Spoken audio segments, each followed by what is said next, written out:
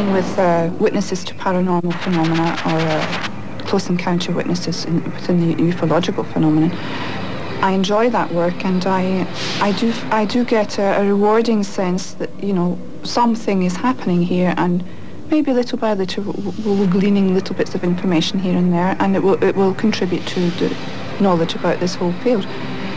And if that were all I had to do, I would be happy, and many of my colleagues the same, if we could just concentrate on the job we're supposed to be doing, which is doing research and investigation and counselling and therapy and things if required.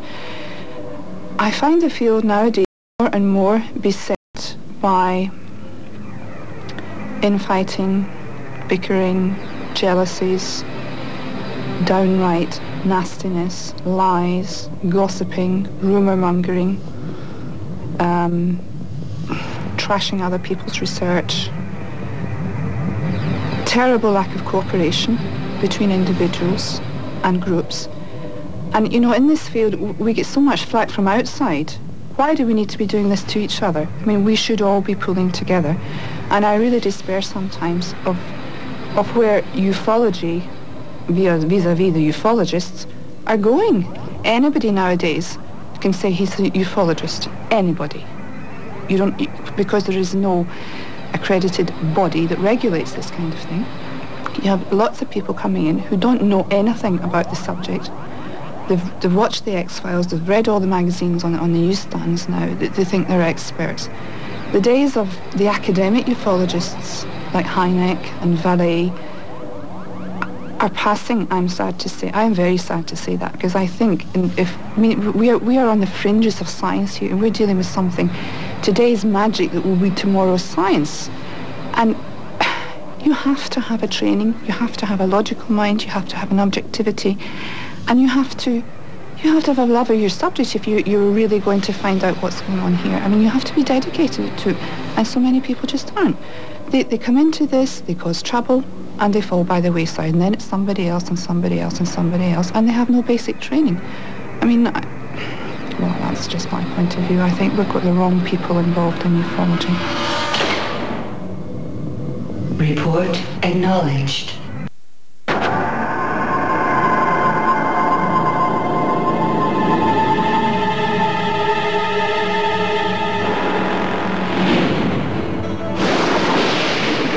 When I saw them taking my daughter out of the room, that was the most got-off feeling. Because they're in such control of you, you can't do anything. You're watching a kidnapper kidnap your child. A terrifying nocturnal encounter. Abductees who are unable to resist the commands of extraterrestrial beings. Are people really being abducted by alien visitors? Or is this a case of imagination run amok? Hello, I'm Tim White. On this Sightings special report, we'll try to answer that question and determine if some of us have already made contact. On this special edition of Sightings, for 20 years, 4 friends have searched for an answer. What really happened in a remote Maine wilderness? If I didn't cooperate with these things, I was going to be dead. A hard-working Missouri family believes that they have been part of an extraterrestrial experiment. I know what I've seen, and I know what I've felt, and I know what's happened to me. In a Sightings exclusive, one family member confronts his past for the first time. What do you feel at this point? Scared. For her entire adult life, a teacher from Philadelphia has tried to cope with horrifying memories. I was told to disrobe, and I was embarrassed. I didn't want to undress, and yet I couldn't stop. Is this the product of an imagination out of control? Simply a dream? A brain disorder? Or could it be the unthinkable? Could alien abduction be a reality? People often ask me, why are you so interested in this? And my usual response to that is, why are you not interested in this? It's a Sightings In-Depth and Beyond special. The secrets of alien abduction.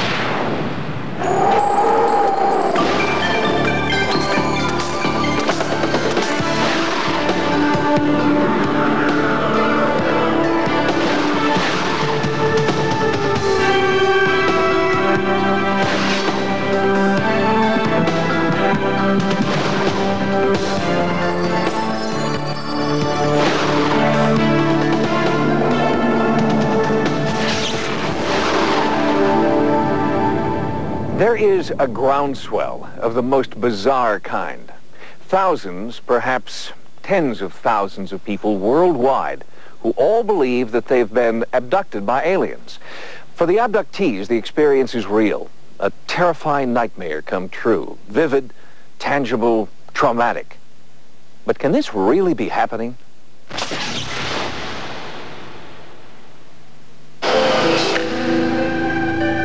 This is terror. You're being kidnapped. You don't know what's going to happen.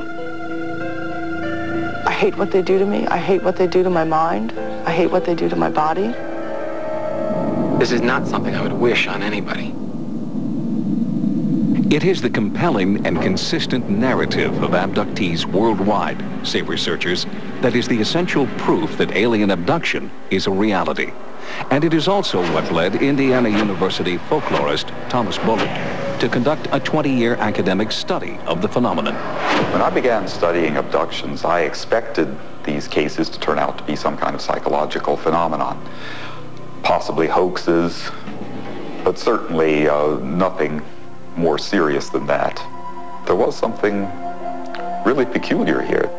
I kept seeing a consistency in these things that I didn't expect to see, and the people seemed so sincere and so normal that it became very difficult to attribute these reports to anything other than a genuine experience. And, says Dr. Bullard, the abduction phenomenon is nothing new. The concept of being abducted by some strange beings, call them supernatural beings if you will, has been with the human species from its beginnings. Folklore is full of cases where people are kidnapped by fairies and carried off to a fairyland that is in some ways very much like the interior of a UFO or the other world that people see when they're taken on a UFO otherworldly journey, when they lose a period of time, very similar to the stories of UFO abductions. And representations of the classic alien type, the extraterrestrial known as the Gray, and the classic spaceship saucer shape, show up throughout recorded history. And now, at the turn of the 21st century, the images and icons continue. But the people who are describing these beings from another world are no longer just artists and storytellers. They are real people who insist that the visitations are happening to them. It just was inconceivable to me that people were being scooped up by UFOs and having these strange medical procedures performed on them. C.D.B. Bryan is a celebrated journalist, author of Friendly Fire, the National Geographic Society, and Close Encounters of the Fourth Kind. Bryan first became interested in the abduction phenomenon in 1991, when he heard that a conference on alien abduction was being held within the hallowed halls of MIT. It sounded to me like a perfect New Yorker piece, Little Green Men at MIT. I didn't for a minute take it seriously. But in the course of the 3-4 days that the conference took, I moved more and more towards accepting that there might be a phenomenon here that is unexplained, and less away from the fact that they're all stark raving mad. I mean, these people were quite convincing. But because these abduction scenarios are so bizarre, so unbelievable, it's no wonder that the phenomenon has become fair game for comics, cynics, and skeptics. If in fact, as many people as say have been kidnapped by aliens have been, it's 3.7 million Americans. I don't know about you, but if I were a proctologist, one rectal examination is more than enough to learn everything you need to know about the human anatomy. But these aliens are either perverts or it's not happening. There are a lot of people who agree with Harlan Ellison's assessment, but ask yourself, how much do you really know about the alien abduction phenomenon? How did it start? Who's likely to believe they've been taken? I'd venture to say that no matter what you think you know, you don't know the whole story. For many UFO researchers, one story has stood the test of time and stands out as the most compelling evidence to date that the abduction phenomenon is real. It is the saga of 4 friends who are all participants in the most well-documented alien abduction case in history. They're known as the Allagash 4. Their story begins in 1976, when these 4 men, all young art college students, ventured into northern Maine for a camping trip. We are in the process of taking an 11-day canoe trip through an interlocking system of lakes and a river called the Allagash Wilderness Waterway. This was the fourth night of our canoe leg of the trip. After setting up camp, we built a large fire to act as like a lighthouse beacon. Well, we got about 5 minutes out into the lake, and Chuck Rack saw something over my shoulder. I had this sensation that someone was staring at me over my right shoulder. So I turned, and I noticed this very bright object up in the sky, and I immediately went into this very euphoric kind of shock. It was instantly apparent to me that this was something very, very unusual. I didn't know what it was, but it was a sphere that was traveling at the tops of the trees, coming directly toward us. But I never took my eyes off this thing. It was changing color from a bright yellow-white to streaks of green to streaks of red in such a manner that you couldn't tell where one color began and the other left off. And it had this strange quality to it, a pulsed kind of, but it wasn't a regular pulse. It was just kind of moving, boiling or something. It is absolute dead silence. So you can hear a person whisper from a quarter mile away. And this thing made no sound. When it was about directly abreast from us, less than 100 yards away, I picked up a flashlight and I pushed the button to turn the lamp on and flashed at the sphere as though I were using a semaphore. And he blinked a flashlight at it a few times, and as soon as he did that, this thing started moving right towards us. It threw this beam out right onto our canoe. We were in a 16-foot aluminum canoe which lit up in the middle of the blackness like a Roman candle. And when it did that, my friends completely panicked and started paddling for shore. And as I'm paddling out, I'm looking over my shoulder at this thing coming, and it's getting closer and closer and closer. And I'm thinking, there's no way we're going to outrun this thing.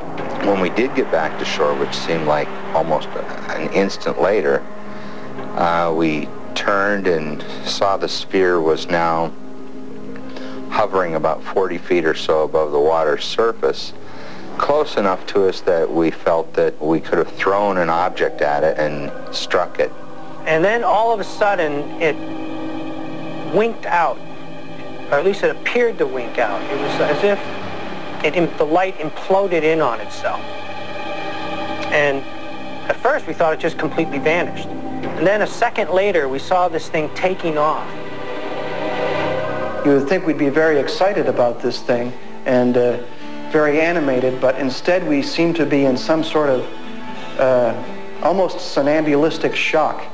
I felt dazed, I remember, just drained of all my energy. And I remember I was just sitting here with my head on my hands on the table, and Charlie Foltz was over by the fire poking around at the fire, and he said, "Hey, what about the fire?"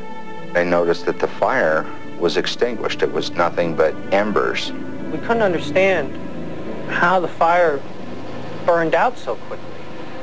My reaction was, the hell with the fire, let's go to bed. But the fire that should have been roaring was very significant because it was verification that a period of time had passed that the Allagash 4 could not account for. It was what abduction researchers call missing time. In fact, what happened in the Allagash wilderness in 1976 is typical of how nearly every abduction experience begins. There is a strange UFO, some form of missing time, and initially, no conscious memory of the actual abduction. Most people have had very few truly unusual things happen to them that they could not explain.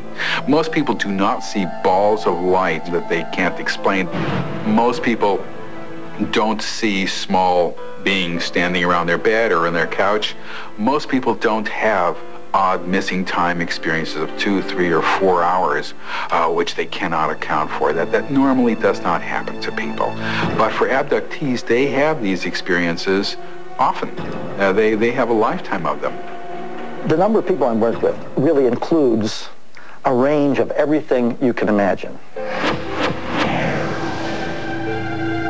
I've worked with everything from a farmer a NASA research scientist with a PhD degree, a colonel in the Army. I've had 8 psychiatrists come to me about their own experiences. Just folks, just plain people. There is absolutely no pattern to the socioeconomic scale. There's no split. The UFO abduction phenomenon appears to be worldwide. Quite early, there were cases coming out of South America, out of Britain in particular.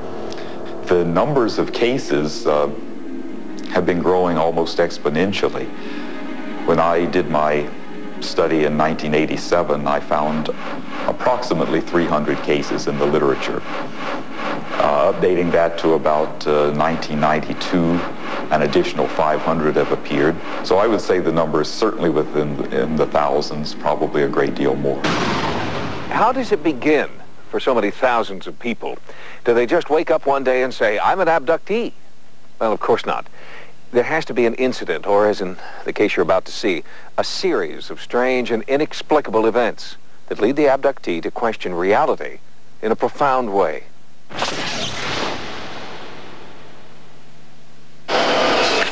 For the Allagash 4, it was a light in the wilderness, then missing time. For the Aarons family, who live in West Plains, Missouri, the defining moment also involved a light, but this one was not in the wilderness. It was invading their bedroom.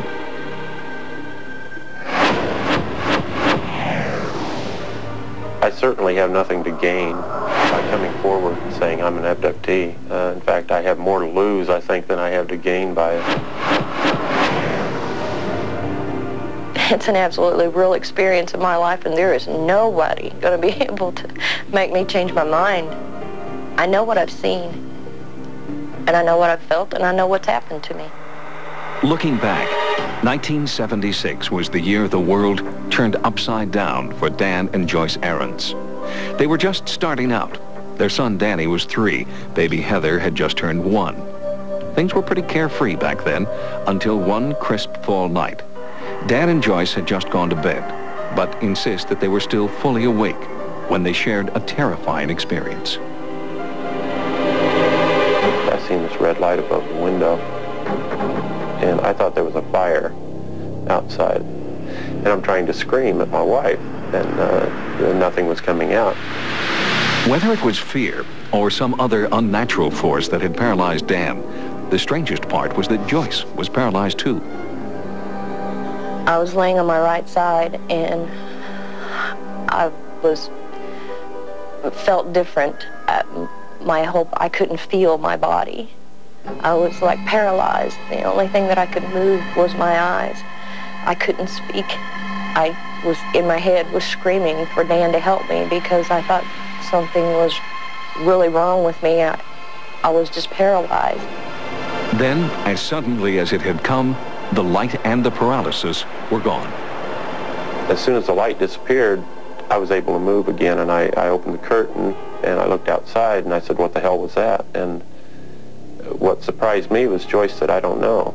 And we both just sat straight up in the bed and said, what the hell was that? And Heather was in her crib, just standing there, and her eyes were huge. I didn't know what had happened, but we just held each other and fell asleep. What was odd when that all happened was we went to sleep and never talked about it again. In fact, for most abductees, including Dan and Joyce Aarons and the Allagash 4, it is usually years before they make any connection at all between the trigger event and the possibility that they may have been abducted. So, how does a person go from just seeing a UFO or having missing time to becoming an abductee? In order to understand that epiphany, it's important to first take a look back at how the entire abduction phenomenon became part of our mass consciousness. September 19th, 1961, 10 p.m. While traveling south on Route 3 in New Hampshire, something happened to Betty and Barney Hill. Something so traumatic, the Hills claimed, that it would take several years and a hypnosis session in 1963 to trigger memories of what had really happened to them that night. In this rarely seen British documentary, the Hills offered shocking details of their experience. we went on board. First, they took Barney into one room, and I went into a second room. In this room, they did what I would call a fairly simple physical examination. Also, there was another examination where they tried to insert an instrument, needle-like instrument, just below my navel. And this caused pain. The leader, the one I call the leader, put his hand out over my eyes. The pain went away. This was the birth of a new phenomenon. The number of cases that were recorded through the rest of the 1960s were very few. In 1975, Travis Walton was made national headlines by being grabbed up by a UFO and disappearing for 5 days. And it was only after that that the reports became rather commonly known. In 1987, abduction researcher Bud Hopkins published Intruders and also coined the term missing time. Also in 1987, the publication of Communion, the first book about abduction to make the New York Times bestseller list and sell over 1 million copies. I think I had a moral obligation to write Communion, an overwhelming moral obligation, because I'm a communicator and a writer, and this happened to me. It's happening to a lot of other people, and it's being very messed up and misrepresented, and those people are suffering, and I think I have an obligation to do that. Then, in 1994, a book written by this man, Dr. John Mack, brought new respect to the abduction phenomenon. Abduction did become a bestseller, but Dr. Mack was already a Pulitzer Prize-winning Harvard psychiatrist, and many people were puzzled as to why he would have written a book so damaging to his reputation, at least among his esteemed Ivy League colleagues. Did he really believe people were being abducted? I had very little involvement in the UFO phenomenon before I began to see these cases. What drew me into this was the notion that people of otherwise sound mind, appropriately self-critical, were describing experiences but for the fact that they're not possible or altogether real. That meant to me that there's something new to be learned here. This is interesting. Sightings continue. The importance of books like Abduction, Intruders, and Communion can't be underestimated. In fact, in each of the cases we examine on this program, it was Communion that was the turning point that transformed a weird event from the past into the first signs of the abduction experience. I remember seeing the ceiling rushing towards me. I was absolutely terrified. I had this feeling that whatever was happening, if I left this room, I was never coming back again. Jim's nightmares began in 1980, 4 years after the UFO sighting in the Allagash Wilderness. And unbeknownst to him, his twin brother Jack was having the same dreams. I was having nightmares of being on a table in a brightly lit room with inhuman creatures hovering around me, touching me, scaring me. I remember being very frightened by it and waking up in a cold sweat, screaming, waking up screaming, that kind of thing. At the time when the twin brothers started having their terrifying nightmares, Jim was being treated for a seizure disorder. Jim's doctors admitted him to the hospital for brainwave testing, but no conclusive results were reported, and no one could find a physiological explanation for Jim's horrific nightmares. But while he was hospitalized, Jim was given a book left by a patient. The book was Communion.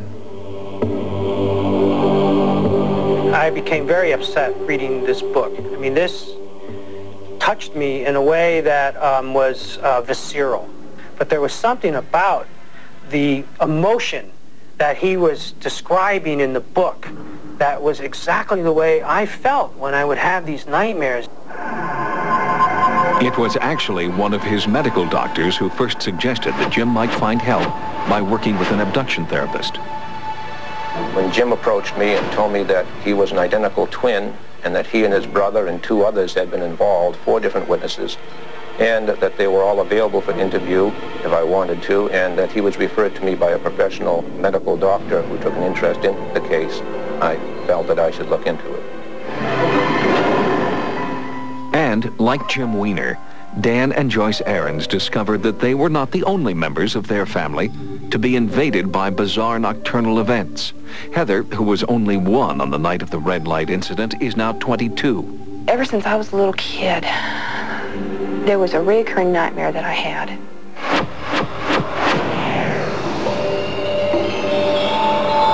There was this gigantic monster that I can't really explain because the dream had this dark focus to it. But I remembered looking into this eye and seeing my own reflection.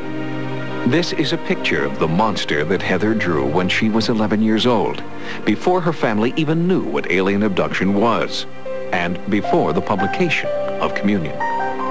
When Heather first came up to talk about it, we didn't really understand what it was that she was talking about, and therefore we didn't believe her. I didn't know what was going on. So how could I talk to her? It was just, you know, a little kid's imagination running wild. And ever since the night of the red light incident, the Aarons believe that their son Danny has also been giving signs. I truly believe that something happened back in 1976 when I was 3 years old. What, for myself, I don't know. When he was younger, it was really strange. You'd wake up in the morning and just have to really kind of hunt for him, you know, as to find him, because he'd be off in another room of the house somewhere, in a closet, or under a chair, or under a table. So it was very strange. It's like he was hiding from something, but never did know what, you know, at that time. So, is it all just a dream? Do the abductors need to catch you alone under the cover of darkness? Or could the abduction phenomenon be as simple as a sleep disorder? A little kid has a nightmare, they run into their mom's room, they say, "Mommy, Mommy, a monster's trying to get me." A little kid can watch a television show and be so terrified of the monster they run out of the house. These boundaries begin to form, and by the time we're in school, we know that that's a TV, that's a dream, this is real. But for some of us, that never happens. For some of us, we never can tell. Was that a dream? Did it really happen? Was I awake? Was I sleeping? William Cohn is a clinical psychologist who helps people cope with abduction memories. His critics call him a deprogrammer. What would it take to convince you that at least some abductees have an experience that goes beyond their own imagination? I don't have any problem with believing that people have had paranormal experiences, maybe have been abducted by aliens. I don't think that's out of the realm of possibility. I'm not trying to say that this doesn't exist. What I do believe is that the majority of the people are mistaken, they're misled, they're misinformed, and sometimes damaged by misinformed therapists. The study of sleep disorders reveals intriguing connections to the abduction phenomenon. In particular, researchers believe that 2 conditions may actually trigger a person's journey into the abduction experience. The conditions are known as hypnagogic and hypnopompic sleep.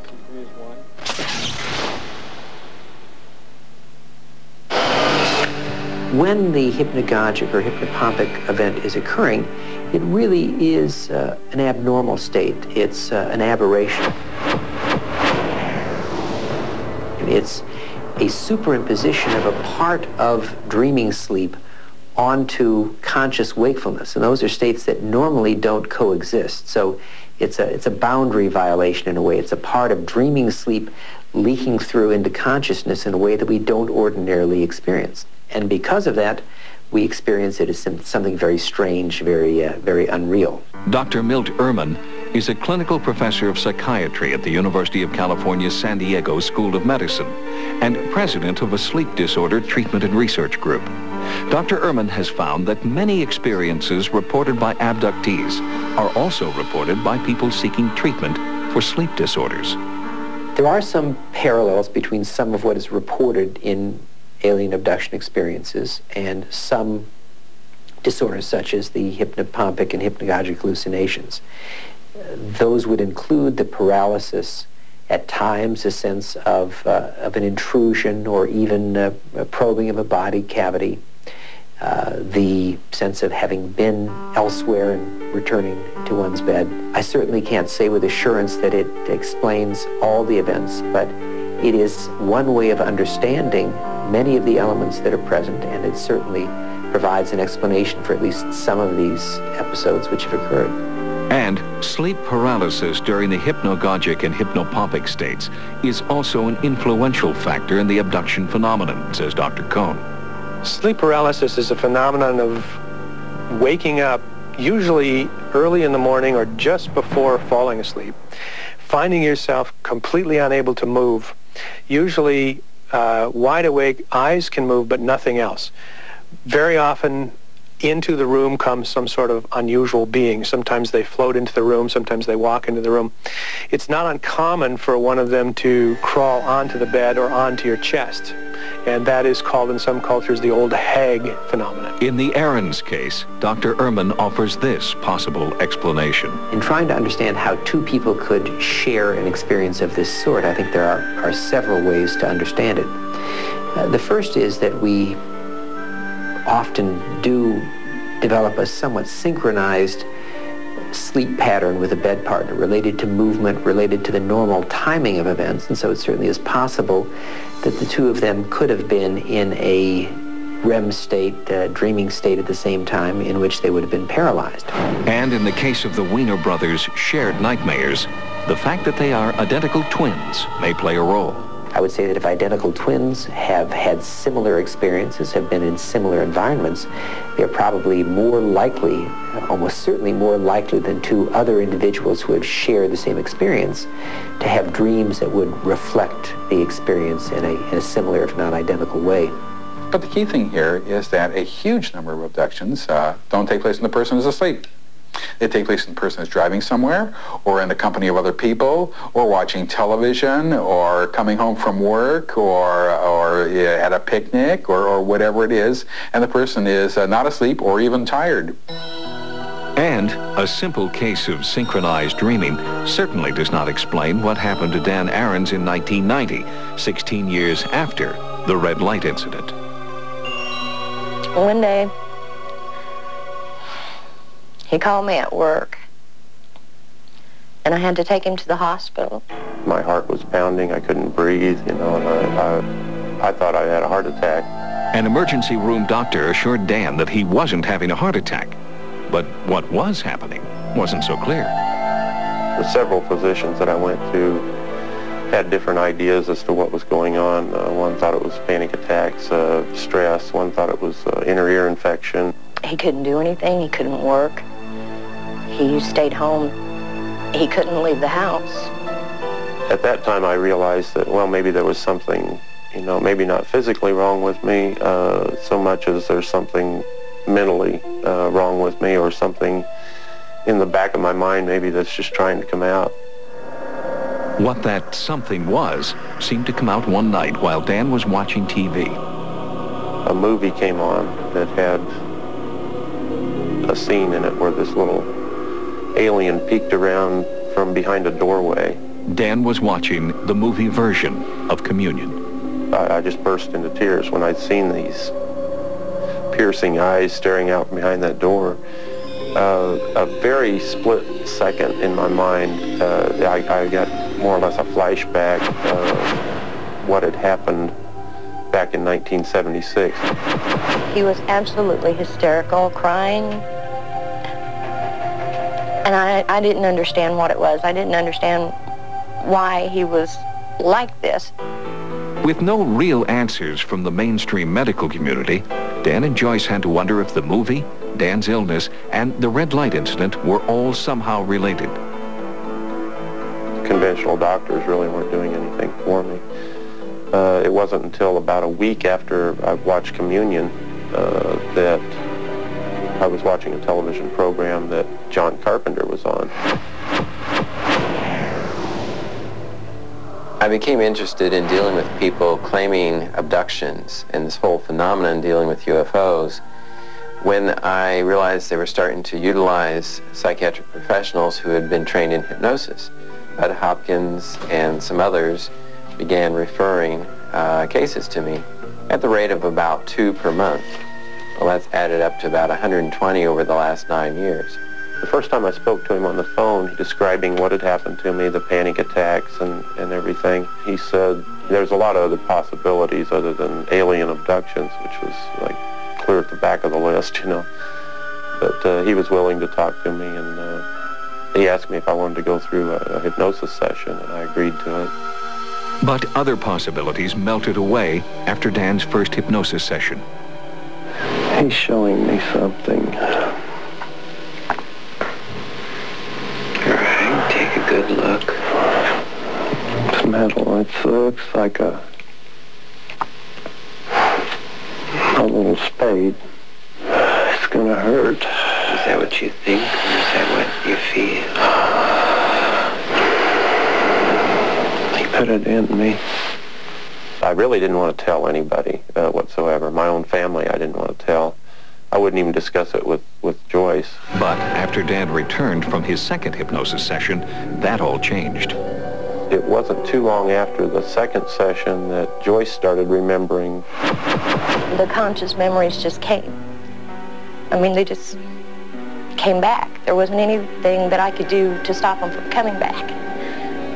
And after I had those was whenever I went to see John myself.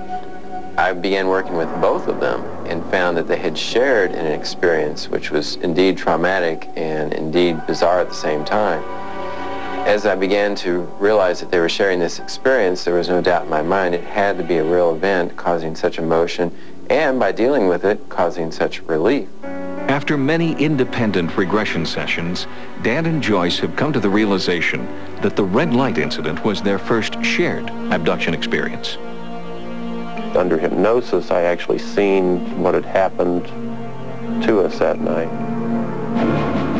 I was cowering in the corner of the bed, scared to death. There was a little being at the foot of the bed, and there was one with my wife, and there was one at the crib at the end of the bed with my daughter. There were 3 of them, and one of them touched my arm, and I sat up on the bed. I watched him take Heather. When they were taking her, the feeling that I had was so overwhelming as far as the helpless feeling that I had that I just couldn't hardly stand it. That was the most got-off feeling. Because they're in such control of you, you can't do anything. You're watching a kidnapper kidnap your child, and you can't do anything, and you're standing there.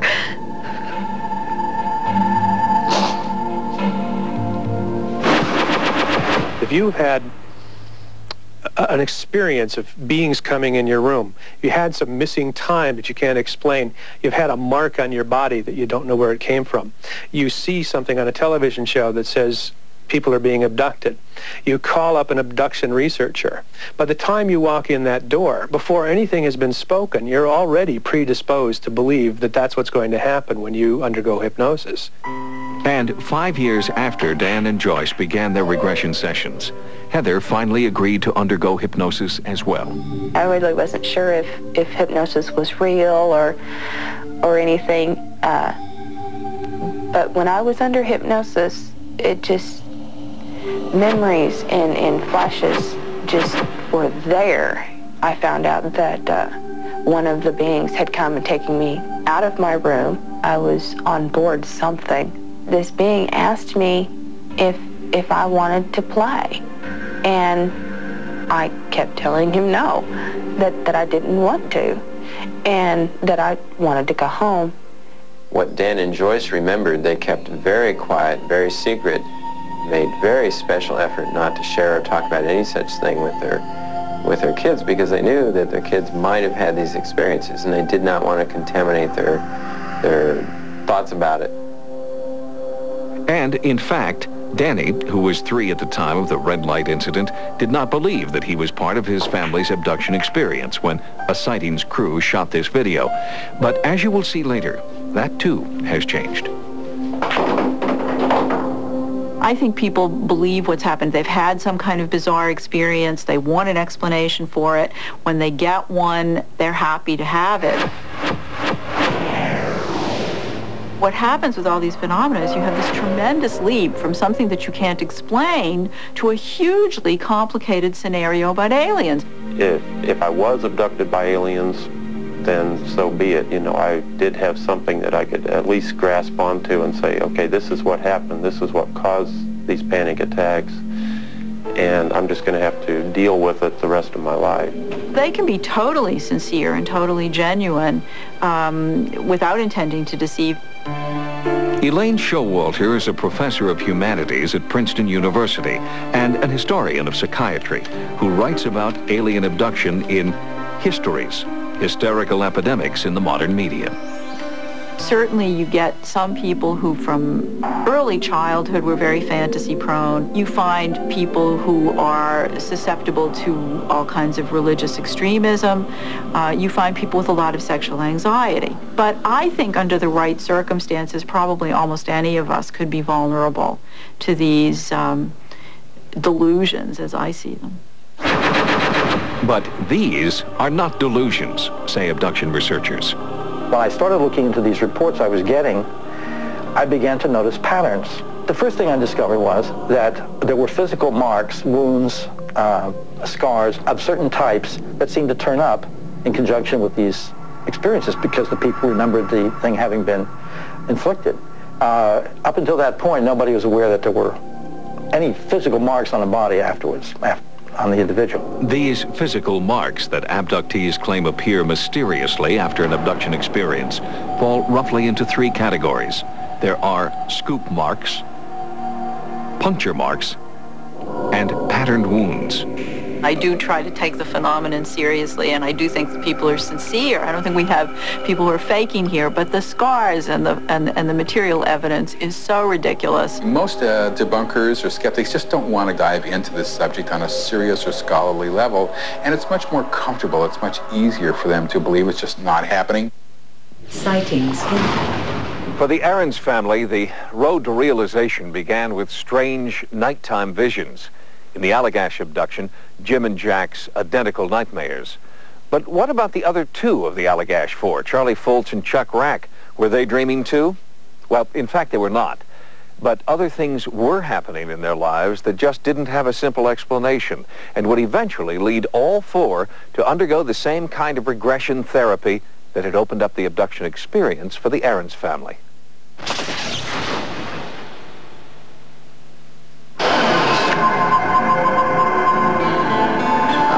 That I wanted to be a school teacher. I figured that was the most practical application for me. However, when we came back that year, I changed my focus and became very interested in science and in medicine. As an artist, I think I was very self-centered. I was concerned about my art, but after that experience, I began to think there's more to life than just hawking art. There's something else that someone can do, something more useful in science, for example. So I took up science. I figured this is useful stuff. The things I make at work go to Mars. Jack is now working in science full-time as part of a team which manufactures lenses for the space program. Well, at the time I was doing very traditional pottery. I was a clay worker years ago, and immediately after the Allagash event, instead of making simple cups and plates and saucers and pitchers, I started building these weird things that I called guardians, and these ideas just flooded into my head. It was as if it was all there, and it just came flooding into my head. Four men, all changed on a deep level by a bizarre UFO encounter, but no conscious memories of abduction. Raymond Fowler believed that something was keeping these memories from emerging and asked the Allagash Four to undergo independent regression sessions with hypnotherapist Tony Constantino. After we had finished our investigation with these four abductees, we met all together at my home and had a general discussion of the things that were uncovered. And I can tell you honestly, for the first time, I felt abject terror. That kind of terror is something that's very familiar to Terry Matthews. Like the Ahrens and the Allagash Four, Her experience began with an inexplicable nighttime event, and the realization that the only logical explanation was that she, too, was an abductee. I felt like if I stopped the car, I was going to die.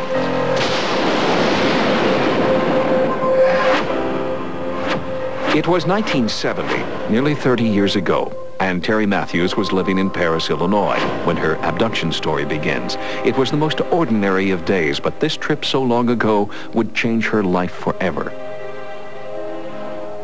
I remember looking out the car window and seeing the sun going down to my right, and it made everything red and green. All the colors were extremely vibrant. And the next thing I knew, I was in the middle of a horrible rainstorm.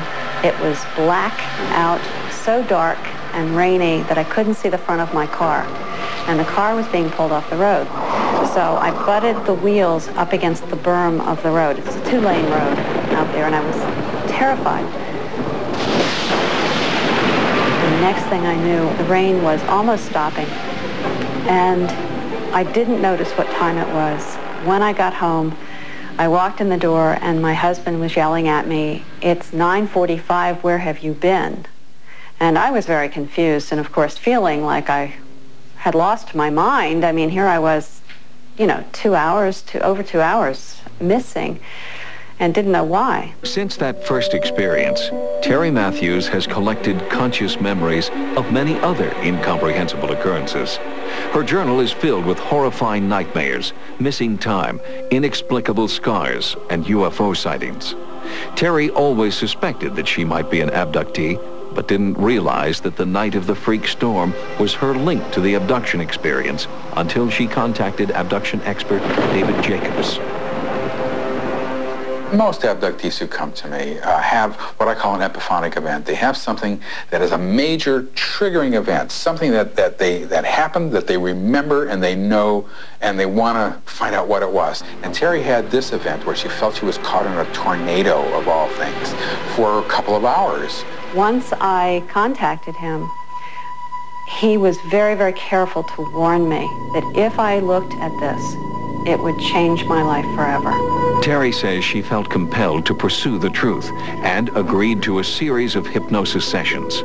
The sessions started to unravel the mysteries that surrounded that drive 30 years ago. Under hypnosis, in research, I discovered that it was an abduction. All I knew was that I was being pulled off the road, and I didn't understand why. Under hypnosis, when I looked at this event, I stopped the car. I looked over, and I saw this huge craft hanging over both sides of the road, just sitting there. And I was watching this thing. It was kind of a blunt silver gray. And I saw 6 beings coming near the car, coming toward me. They were gray, large black eyes. I was just stunned. I was panicked, and I was screaming inside my head because I wanted to get away, but I couldn't scream out loud. It was very frightening. I was terrified.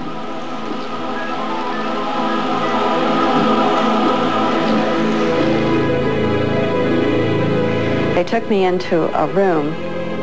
I was told to disrobe, and I was embarrassed. I didn't want to undress, and yet I couldn't stop. They told me to take my wedding rings off,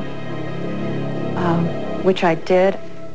And then they led me to a table and laid me down. I remember them telling me that I was either going to have a baby or that I was pregnant. I wasn't quite sure. But what they had done was remove a fetus from me and implanted another, which was really emotionally hard for me. Oftentimes people have fetuses implanted in them. They have fetuses removed from them. And so the purposes of it, we feel, are the production and manufacture of these hybrid babies, these hybrid beings. They've gone in with needles through my abdomen. They have gone in through the vagina and taken out small, what looked like fetuses that couldn't possibly survive. More and more memories of her past abductions resurfaced through hypnosis. Terry became so terrified that for a year and a half, she videotaped herself every night while she was sleeping. She believes that this practice has kept more abductions from occurring, but dealing with the past is an ongoing process. I have witnessed all of my children at different times being abducted. I can see my daughter being violated. I can see my sons being led, knowing what they're going to have to endure. It is exceedingly traumatic. This is a phenomenon that is intergenerational. That is to say, if the mother or the father were abducted, the children are probably going to be abductees from what we can tell. And so we get families of abductees, and that is the rule as opposed to the exception. Terry Matthews recalled memories of her terrifying abduction experiences because of her sessions with therapist David Jacobs, the Aarons through John Carpenter, the Allagash 4 through ufologist Ray Fowler and hypnotherapist Tony Constantino. Abduction therapy, it's a common denominator that raises significant credibility issues.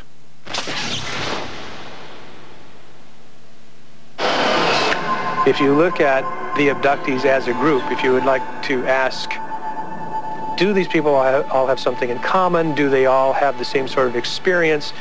The answer, in my opinion, is that depends on which therapist you go to. The crazier the narrative, the more impressive the expert. Seems to be some kind of inverse relation, so that when you get to alien abduction, you've got some of the most impressive experts in the world, and you have people like Dr. John Mack at Harvard, Pulitzer Prize winner, respected scientist. If you look at John's background, and if you read the things that John wrote before he was involved in abductions, John has a background of Eastern beliefs, metaphysics. He believes that abductions are in the netherworld between reality and fantasy. He will say, is it real? Is it imagination? Do we have to make that distinction? Well, I do. I have to know what's real and what's not. John does not have a problem with that. But what exactly does John Mack believe? It was a question I took to Cambridge in search of an answer from the man himself.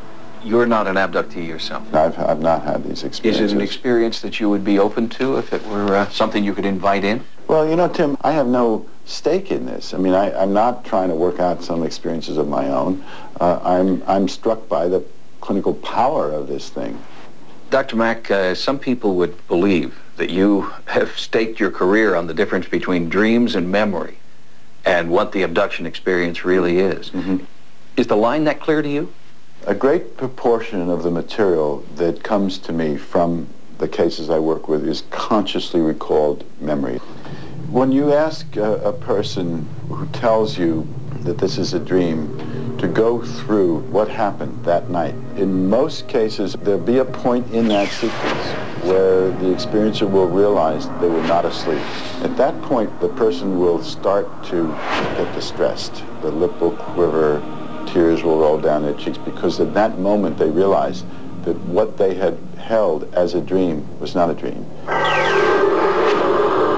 Any explanation of this phenomenon has to take into account several things. The absence of an apparent psychiatric illness, the presence of marks on people's bodies after it has occurred, the tight association with UFOs, but also the consistency of these accounts throughout this country and now increasingly throughout the world among many different cultures.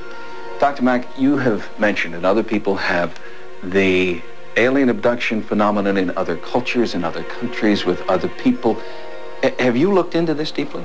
I've talked with a number of Native American chiefs or shamans who've come to me and said, this guy is finding out what we've known for centuries. Yes, these beings exist. They're part of the pantheon of spirit entities. Yes, they do cross over. Yes, we know about UFOs. Yes, our people are sometimes taken up into them when we're going to connect with the sky. No big deal. That's the critical difference. In other words, for the Western mind, the spirit world and the physical world, we tend to keep them separate. But for native peoples, they're not separate. I've never said that these are literally extraterrestrial. I have said they seem to come from another dimension. They seem to cross over and appear in our material world. There are physical findings that occur that are corroborative, but I've never said this is a purely material, literal phenomenon. Do you have some patients, experiencers, who have taught you more or been more powerful in the way they describe the experience than others? One experiencer said, you know, not only are we not alone, we are really not alone. And this man would agree, but only because he believes that the abduction experience is literally in the mind of the abductee. This is a normal process. It's a normal process because the sense of a presence is built into the brain itself. The experiences are real. We know they're generated within the brain. It's their explanation for how they got there that we would debate somewhat. The quest to understand the abduction experience as a real phenomenon, but not as actual alien abduction, is part of what Dr. Michael Persinger is pursuing in his university laboratory in Sudbury, Canada. In his research facility, Dr. Persinger takes patients on journeys of the mind that reproduce many of the experiences reported by abductees. By stimulating deep areas of the human brain with electromagnetic fields, Dr. Persinger believes that he can recreate parts of the abduction experience. The right hemisphere in most individuals is specialized for spatial, emotional patterns and experiences. And it also contains a right hemispheric analog of the sense of who you are, your sense of self, your body image, and the emotions that go with it. And if you stimulate that right hemisphere at certain times, you can have the experience of something increasing in terms of emotional significance and suddenly engulfing you and penetrating into your awareness. It's equal alien, and it feels like an entity or a presence that's not you and from some other dimension. Got it. Okay, now is that comfortable? Yeah. Working with student volunteers, Dr. Persinger is trying to map the actual way the human brain creates the feelings and images associated with abduction.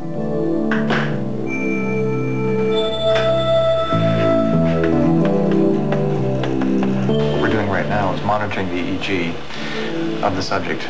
And what we're doing is applying magnetic fields across the brain, very subtle magnetic fields, complex magnetic fields, in order to induce very specific experiences.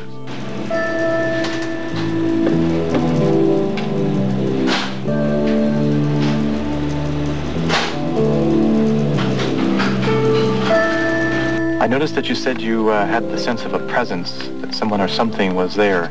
I felt really scared. And again, the same sort of tingling sensation in my right hand, but not as much as the first half. But fear the second time through. If you felt, you said, the sense of a presence, can you describe it? Was it on one side or the other, or? It was this side.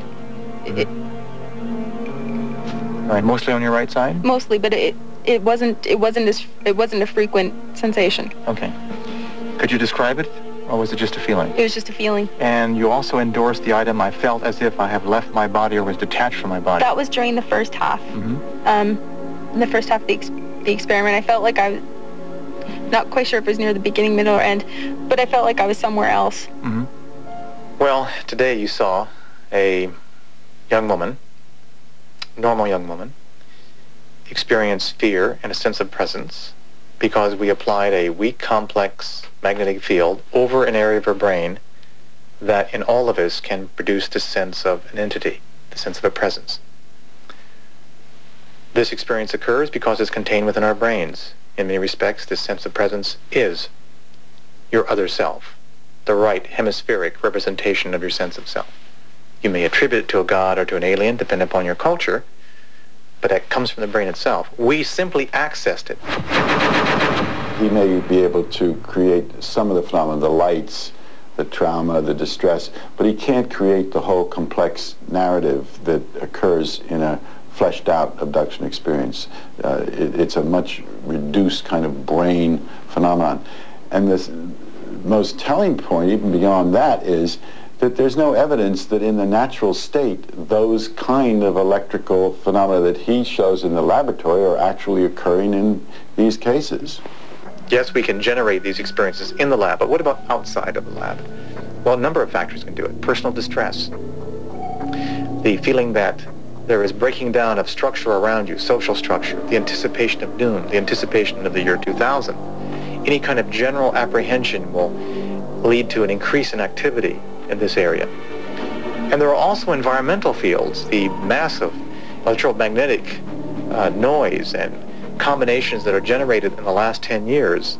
We now know have the capacity to generate these experiences. In fact, it's relatively routine now to find in poorly wired houses with a lot of electronic equipment for people to report visitor-type experiences. And at night, between 2 and 4 in the morning, if the right kinds of conditions are about, such as personal stress, that stimulation of those portions of the brain can release these images into awareness with such intensity.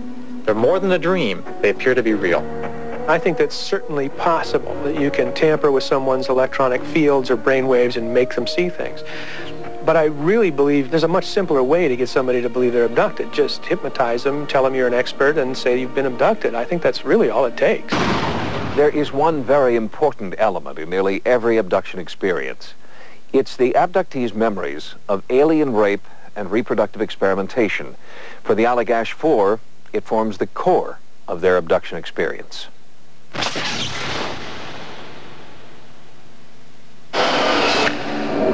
could have been a spaceship, it could have been some laboratory somewhere, I don't know what it was. And I remembered seeing Jack under a light, a bright light coming from above. I recalled lying on my back, not being able to move anything except my eyes. I remember I could look with my eyes. He was completely naked, and there were these creatures that were standing around him, and they were examining him. My first impression was that they looked like bugs or insects. They had fingers. It didn't have an opposing thumb, but the digits themselves could move in a way where they could oppose one another.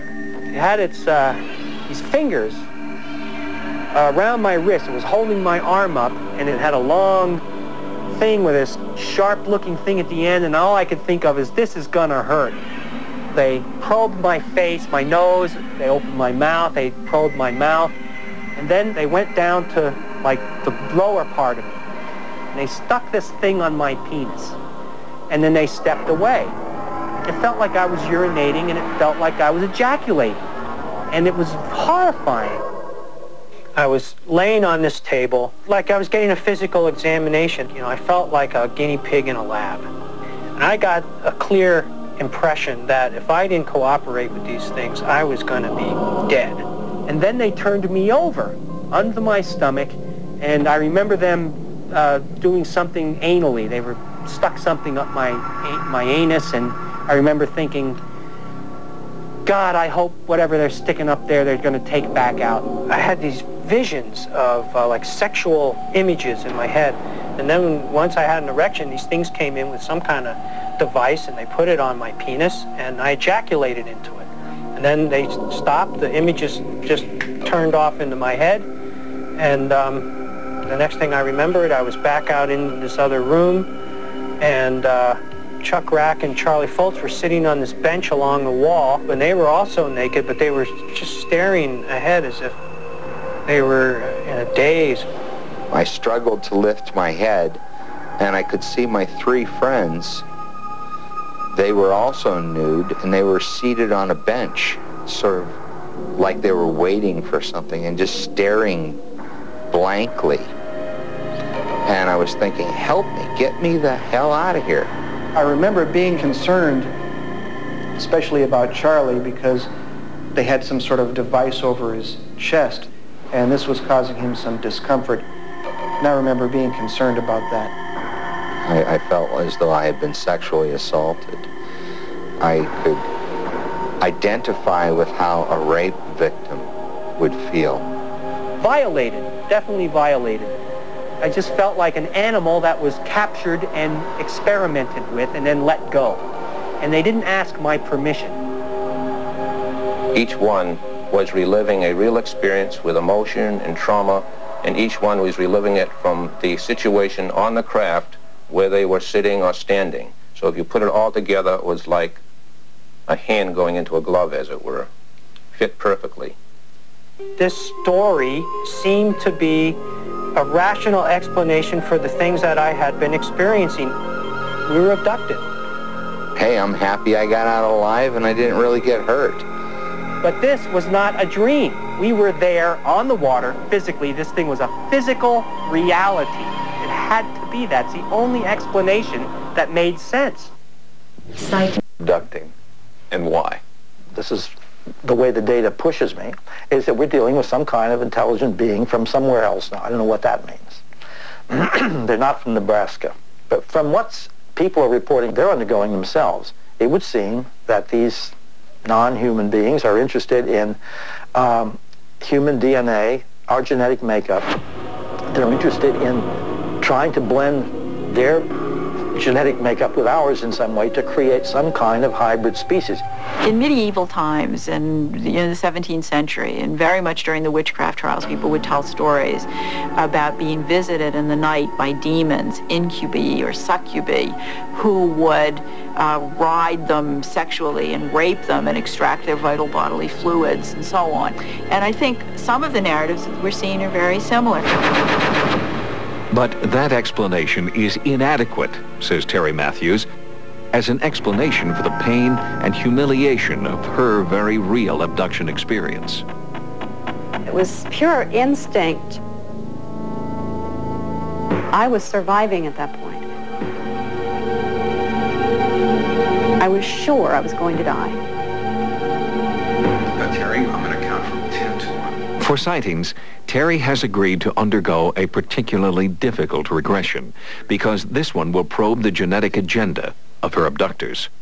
I want to take you back to an event that happened to you when you were around 22 years old in about 1970. You were in a car driving near Paris, Illinois. Just feels very peaceful. So you're feeling very nice. The regression that we did with Terry was over an event that happened to her some years ago that we had already done a regression on almost 3 years ago. And she actually remembered a few other minor details of it that we didn't know before. It's a woman. You mean a human woman? She doesn't look normal. Her eyes are big. And she's a hybrid. I know what she is now. She looks strange to me. She looks angry. She has a baby. And I look down and I'm holding the baby. She must have put it in my arms. The baby looked human, although it looked emaciated, like it hadn't eaten well. It was slightly human pink, but mostly gray. It had a face like a human, except the eyes were very large.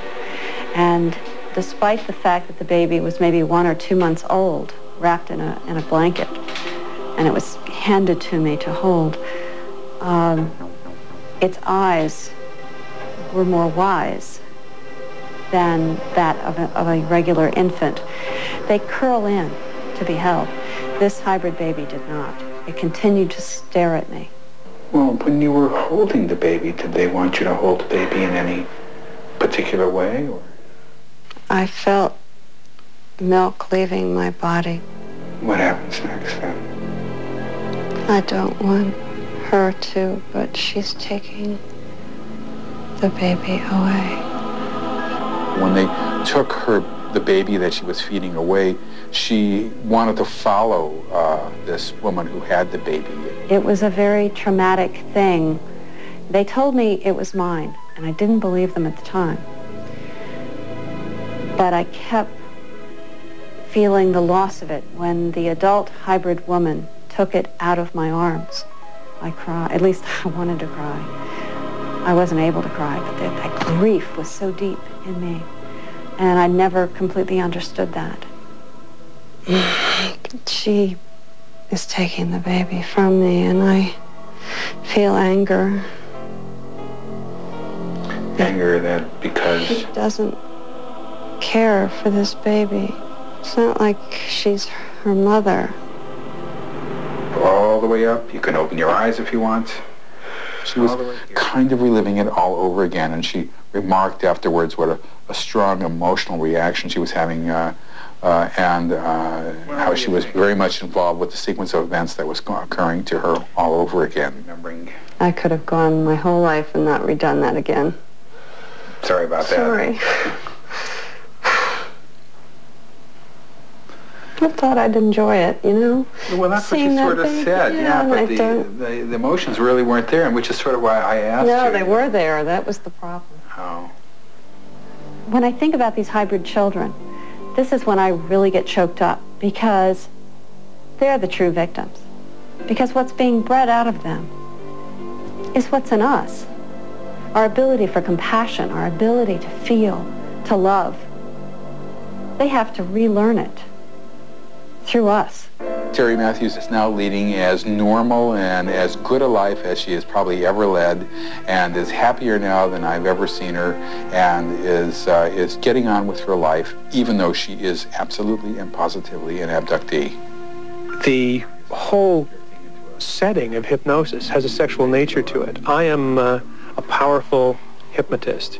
You are a subject. I am going to put you into a state where I can control your will. That is very seductive in itself.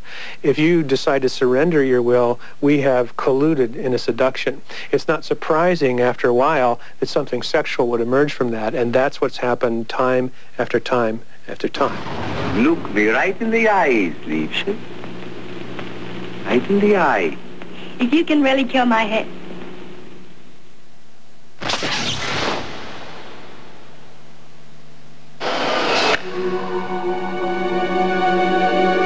What it boiled down to as I started to look at the methods used by the research was hypnosis. And what I found was several centuries worth of research that suggested that this had been going on since the dawn of consciousness, that people had been undergoing trance states and recovering memories about strange things that happened to them.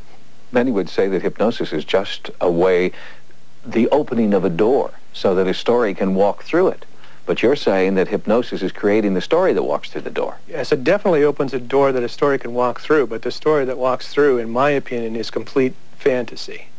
The story that comes up is completely dependent on the hypnotist and the predisposition of the person to believe, the subject, to believe what the hypnotist already believes. Now, an opportunity to decide for yourself. Danny Aarons, the only member of the Aarons family who does not have memories of an alien abduction experience, has agreed to allow Sightings to televise his first hypnosis session. We believe that what you're about to see is a television first. Now, as you watch, keep in mind the experts' concerns about hypnosis, but also ask yourself, is what Danny experiences real? What Dan can expect from his first encounter is a general exploration into his experiences, helping him to remember more vividly the aspects which he already knows consciously, plus hopefully trigger some further recollections which may provide answers for his own questions, his own puzzlement. Something obviously happened to my parents and my sister, and they know. I'm just the only person left that hasn't thought about knowing yet. Just been a little scared too, I guess. I may know something that they don't, and I may not know anything at all. I'm really nervous about him going into regression because I know how much it bothers him even whenever Dan and I get into a heavy discussion about these beings because it's too emotional for him. He's a very sensitive person. Danny was 3 on the night his parents believe the family was first abducted by alien forces. He has no memory of that night, but ever since then, Danny has had a recurring dream about a strange figure threatening his family. John Carpenter believes that this recurring dream should be explored in Danny's first hypnosis session. Let's come right on in. Okay.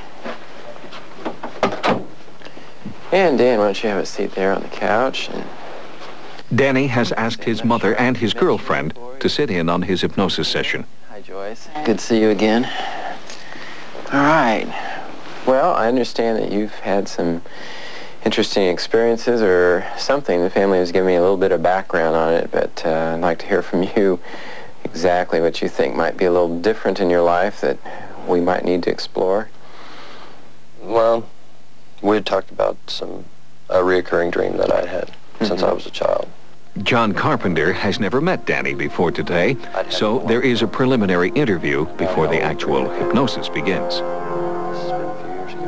Did you ever have any peculiar marks or bruises or cuts on your body? Yes. One time that I really remember. I can remember waking up one morning and I went to the bathroom and noticed that I had a spoon-shaped mark on my left inner thigh. I told my father about it that morning, and he had also had one. About how old were you at that time? This has been a few years ago. After an hour-long interview, Carpenter spends time explaining the hypnosis process, trying to address all of Danny's fears about what might happen once he goes under. I don't have any expectation that you should have any kind of bizarre UFO experience. I mean, even if the rest of your family does have those experiences, that does not mean that you do or should or ought to. It would actually be okay with me. Right. But just to let you know, you may feel a little pressure here. Mom, dad, sister, you know, it's like, good Lord. Actually, you know, I don't feel a lot of pressure. Good. You know. Any other questions about hypnosis or anything? Still make me cluck like a chicken. Why don't you get yourself comfortable there? The second phase of the session begins. For the next 30 minutes, Carpenter helps Danny descend into a state of total relaxation. Go ahead and close your eyes now. This is not a sleep state. Danny is relaxed, but still conscious of everything going on around him. And we can travel back through time. Carpenter begins the regression by taking Danny back to his childhood. Way back to when you were about 5 years old. You can begin to describe what your room was like when you were 5, 6 years old. Somewhere in that time. Posters. Posters. And the posters are of what? This regression session will last more than 2 hours. It is a slow, painstaking process that we've condensed down to the key moments. Where exactly are you when that dream begins? I'm in bed. I hear a noise. What does it sound like? Like a can dropping. And where does that sound seem to come from? The garage. Something's in the garage. Uh-huh. What do you feel at this point? Scared. What do you want to do about it?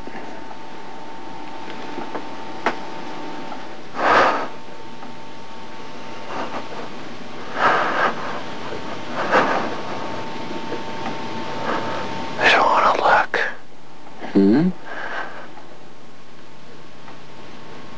You want to go look? What do you see, Dan? I don't want to look.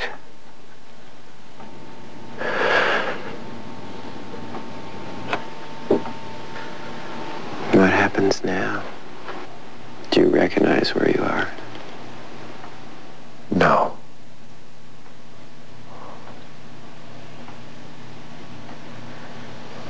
Never seen anything like it. Uh-huh. It's all stony. There's 2 of them standing there. Uh-huh. Real long figures. Big head. Big head? Yeah. And dark eyes.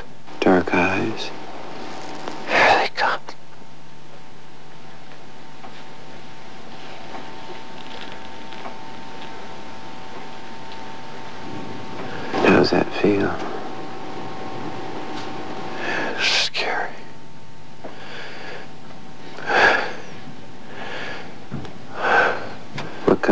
does he have?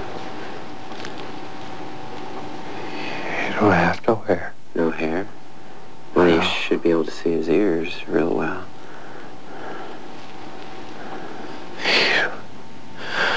You don't have any ears. No ears? Does he have a mouth? Like a coin slot. Like a coin slot. He's got something in his hand. What does it remind you of? Like a stick. Like a stick. Shiny. Shiny stick. What did it remind you of? Like a wand. He's making it move in front of him. And does it seem to do anything? It's in the back of my head. Uh-huh. What does it feel like? It hurts. It's hurt. After more than 2 hours under hypnosis, John Carpenter slowly begins to bring Danny back to full consciousness. We've worked really hard, and I'm going to bring you slowly back. 20, 19, 18, 17, drifting back, 16, 15, 14, 13, 12, 11, 10, halfway, 9, 8, 7, everything's fine, 6, 5, remembering everything, 4, 3, 2, and 1, and slowly you can just reorient yourself to the room and just stretch and relax and just become comfortable.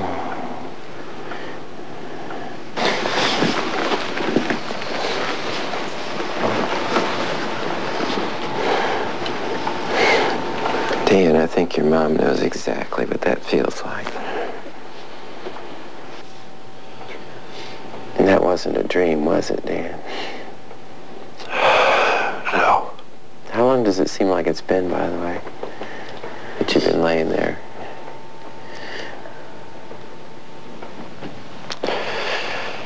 Maybe 15 minutes.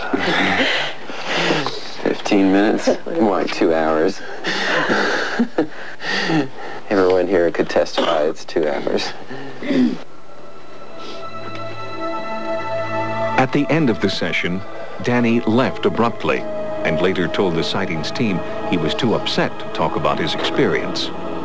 It wasn't until 3 weeks later that he agreed to do a short interview. Oh, yeah. If it's never happened to you, feel fortunate.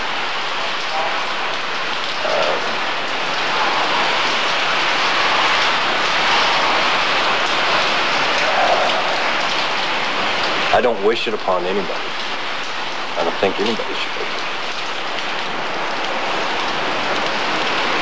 People out there who just watch TV and just think this is entertainment and interesting, and then they think people are just making it up and it's a bunch of hooey, that is something which they will not say if they sat through these sessions and actually felt these people's confusion and trauma and absolute panic at times over what they're experiencing. They didn't want it, they didn't need it, and yet they find themselves deeply involved in this phenomenon. In the front yard were 3 insects, ants about 4 feet tall. Large was dragged from my house along with my mother by some men. So my mother was dragged up onto the surface into an elevator screaming in terror, and someone said to me, "Don't worry, we won't hurt her." 3 objects in the sky. Is this possible? I said, "Is this possible that this could have happened to me?" This vivid, nightmarish account is typical of those routinely experienced by alien abductees. Yet, these dreams were experienced by the same man who is now a leading critic of the abduction phenomenon. Tell us about the dreams that you had that made you think you might have been an abductee. How old were you? I had 3 dreams when I was about 4 to 5 years old that stayed with me my entire lifetime. I always thought about them. They were always in the back of my mind. I always just chalked them up as bad dreams. As an adult, I had several very unusual episodes where I awoke in my bedroom, was fully awake, completely unable to move. Into the room came several beings, stood around the bed. At one point, one of them actually climbed on the bed. I could feel the weight of the being on the mattress. I could hear the mattress springs go down. I found it hard to breathe. At that point, I began to become terrified. I started to struggle. A voice said, "He's waking up. We'd better go." The beings walked out of the room. My bedroom door slammed, and I was immediately free. How did you encounter, Dr. Cohn, the notion of abduction, and how were you introduced to it in the first place? I was first exposed to the idea of abductions by walking into a bookstore and seeing a display of Whitley Strieber's book, Communion. And I was riveted by that picture on the cover, the alien. And that made me wonder, could it actually be that what I was experiencing was abduction? That launched an 8-year quest for me to discover what this phenomenon was all about. I read every UFO book I could find. I read every book on paranormal phenomenon I could find. I began to search through the psychiatric literature for anything that related to these kinds of experiences. When did the data start to demonstrate, for your satisfaction, that abduction certainly hadn't happened to you? At the time that I was doing this, I was also on staff at several psychiatric hospitals. 2 of the units I was working on had many patients who were recovering memories of satanic ritual abuse and recovering many multiple personalities. We used to have conversations about these people and their memories and how the memories were recovered. And it wasn't long before I started putting 2 and 2 together and saying, you know, we have different populations of people recovering different kinds of memories, but the people are the same, the techniques are the same, and the results are the same. Could there be something going on here other than what people are saying is going on? Dr. Cohn's recantation of his abduction experience isn't unique. In fact, for the first time on television, one key person involved in the Allagash case confesses that he has serious doubts. I'm the only one that does not believe that I was either hypnotized or on board a spaceship or probed by aliens. One of the twins told the rest of us about a dream that he had about how he was in some sort of harness on board this spaceship with humanoid beings probing him, and the rest of us, the 3 of us, were on a bench, naked, in a zombie state, unable to come to his aid. This was a very vivid dream that he shared with all of us prior to the hypnotic investigation. And I noticed upon reading Ray Fowler's book sometime later that this dream became the format for everyone's hypnotic testimony. I don't really understand Chuck's viewpoint sometimes, and I don't really know what to make out of it. When he did his hypnosis sessions, he seemed to recall some of these things. They're in Ray's book. Now, if he didn't think he was abducted, why didn't he just say so? Most abductees who have had this experience would rather that the experience was of a psychological nature, but when they actually come to the conclusion that this may have happened, it's a different story, that they would still rather not believe it happened. Possibly, Chuck feels this way himself. I don't believe in abduction at all. I believe that there has been some contact, limited contact, between aliens and human beings, but I don't think that there's any kind of hostility or menacing kind of activity that an abduction would imply. I think that the Wieners and Charlie Foltz were greatly influenced by the media. If I was hungry for media attention, I can think of quite a few other ways to get it besides claiming to be abducted by aliens.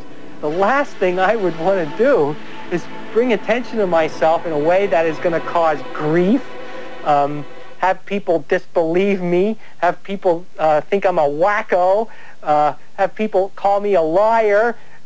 Every negative thing in the book comes with this. Why would anyone in their right mind deliberately bring that on themselves? I don't think so, no. I feel very comfortable that if the same type of evidence that we have collected for the reality of the Allagash abductions was collected on some criminal activity, that you could actually put a person in jail. But because of the bizarre nature of the case, it's not enough. People really want proof. And people often ask me, why are you so interested in this? And my usual response to that is, why are you not interested in this? I mean, what could be more important than the possibility that we're being visited by some kind of beings, entities, energy, intelligence, whatever you want to call it, that is new to our accepted experiences. But until the aliens land on the proverbial White House lawn, the reality of abduction will never be proven to the satisfaction of mainstream science. Does that mean that the phenomenon doesn't exist? Well, abduction may not be your reality, but it is someone else's. And for them, the suffering, the fear, the prospect of a lifelong struggle to understand why is all the proof that's necessary. For this special edition of Sightings, I'm Tim White.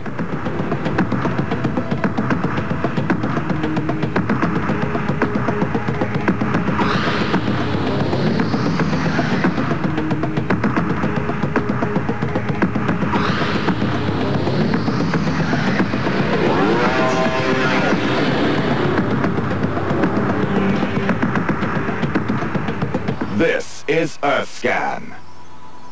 Scanning coordinates for this report.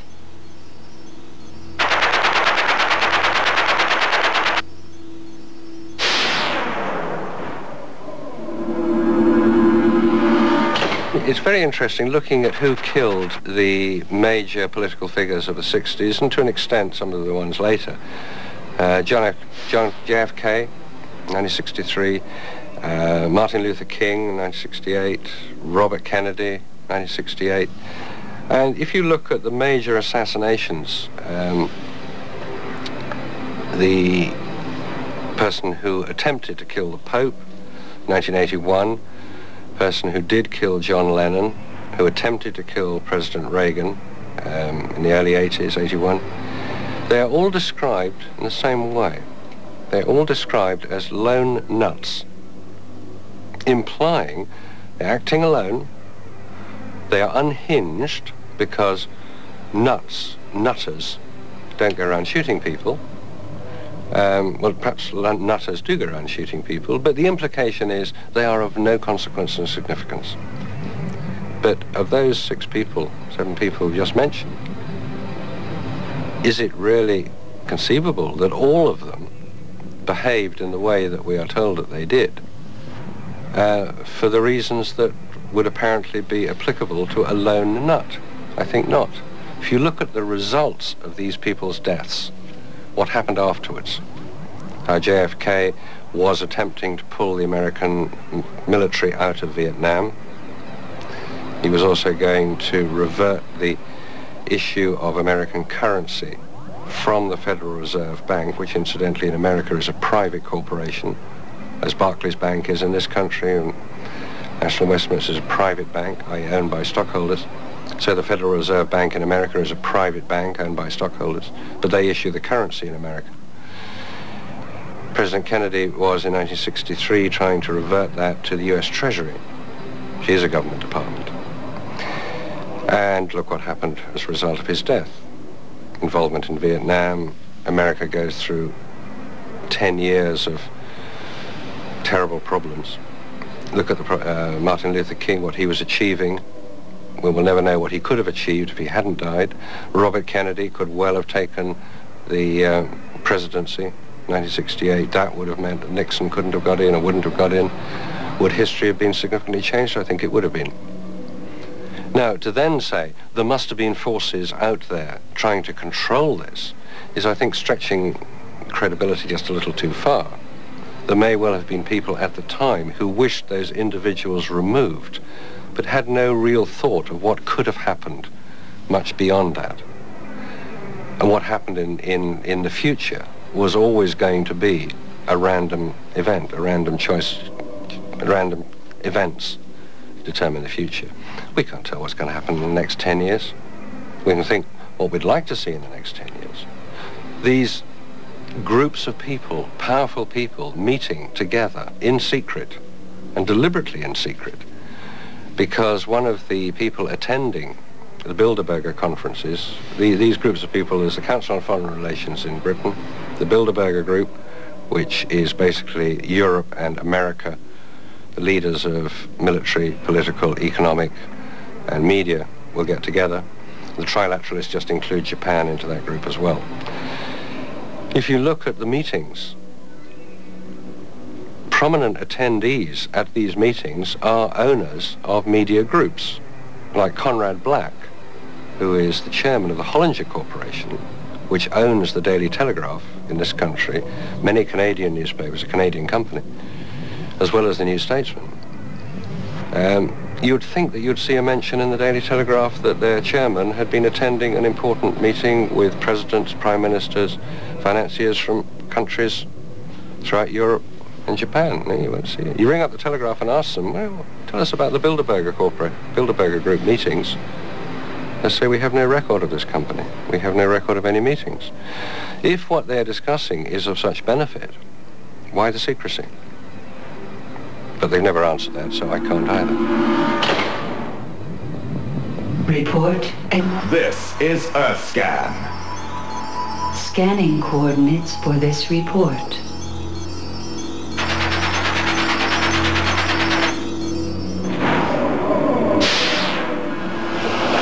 Det är så att när jag går på kvällen ofta, på nästan varje kväll, och så brukar jag titta på satelliter när de kommer och går.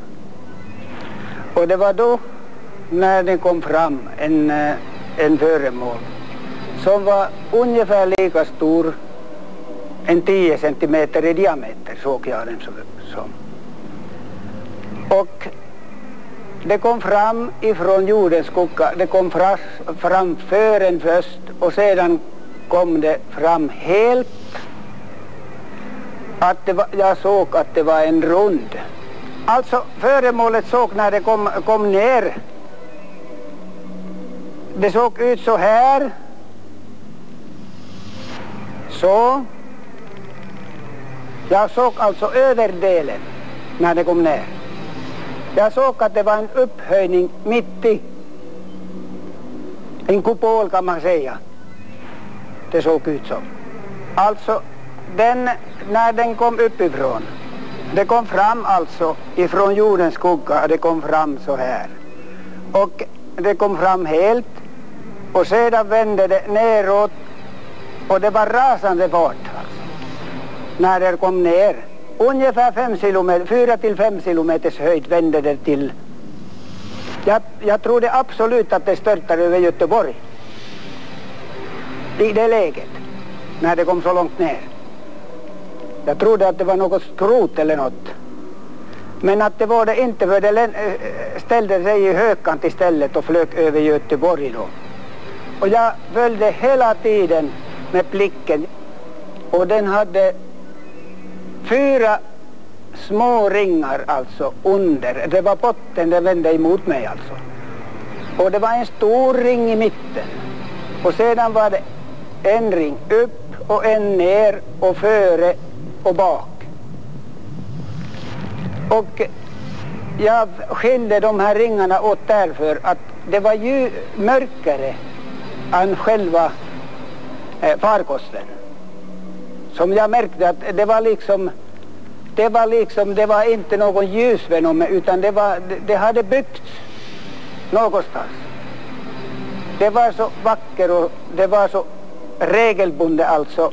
Alla de ringarna var exakt ifrån varandra, före och efter och upp och ner. Och den mittersta ringen var rätt stor. Ja, det vet jag i alla fall att det finns inte i våran jord. Det finns inte här. Ingen av oss människor klarar sådana rörelser som det gjorde. Så snabba svängningar Och det är hemska G-krafter som alltså utsatts för. Alltså vi, människor. Men de hade inga problem. Report.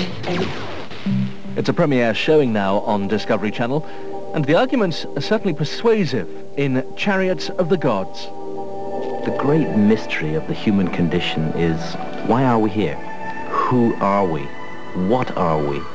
Where did we come from? Where are we going?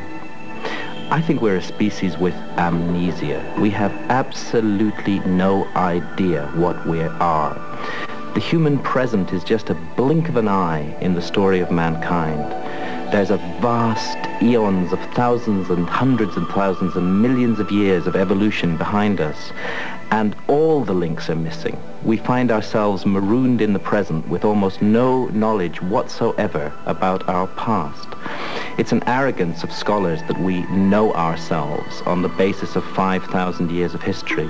What we need to do, if we're going to understand who we are, is to penetrate the veil of prehistory, to go back beyond the time when written records survive, and to penetrate the mystery of ourselves and of our origins. Perhaps then there'll be a way of understanding who we are and why we're here and what our purpose on this planet is.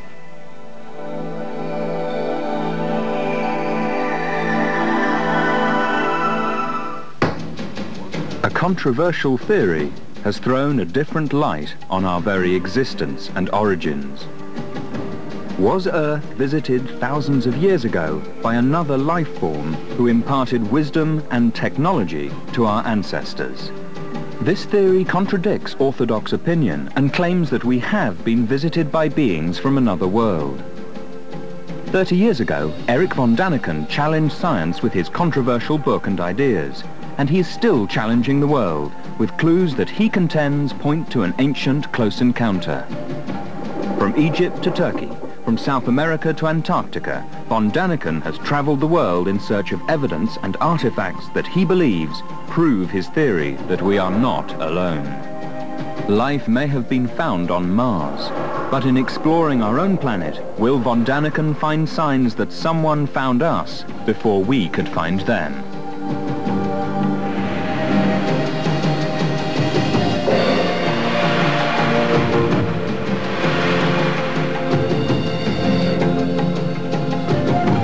The universe is filled with galaxies. Our own galaxy is one of these galaxies, in many respects an average galaxy. Galaxies are defined primarily by what you see, the stars. Our sun is a star, one of 100 billion stars in our own galaxy. And our star is very similar to the majority of stars. There are differences, but there are a lot of stars. The vast majority are, in fact, similar to our own sun. The universe, an infinite mystery. For thousands of years, human beings have looked to the night sky with awe and wondered, is anybody out there?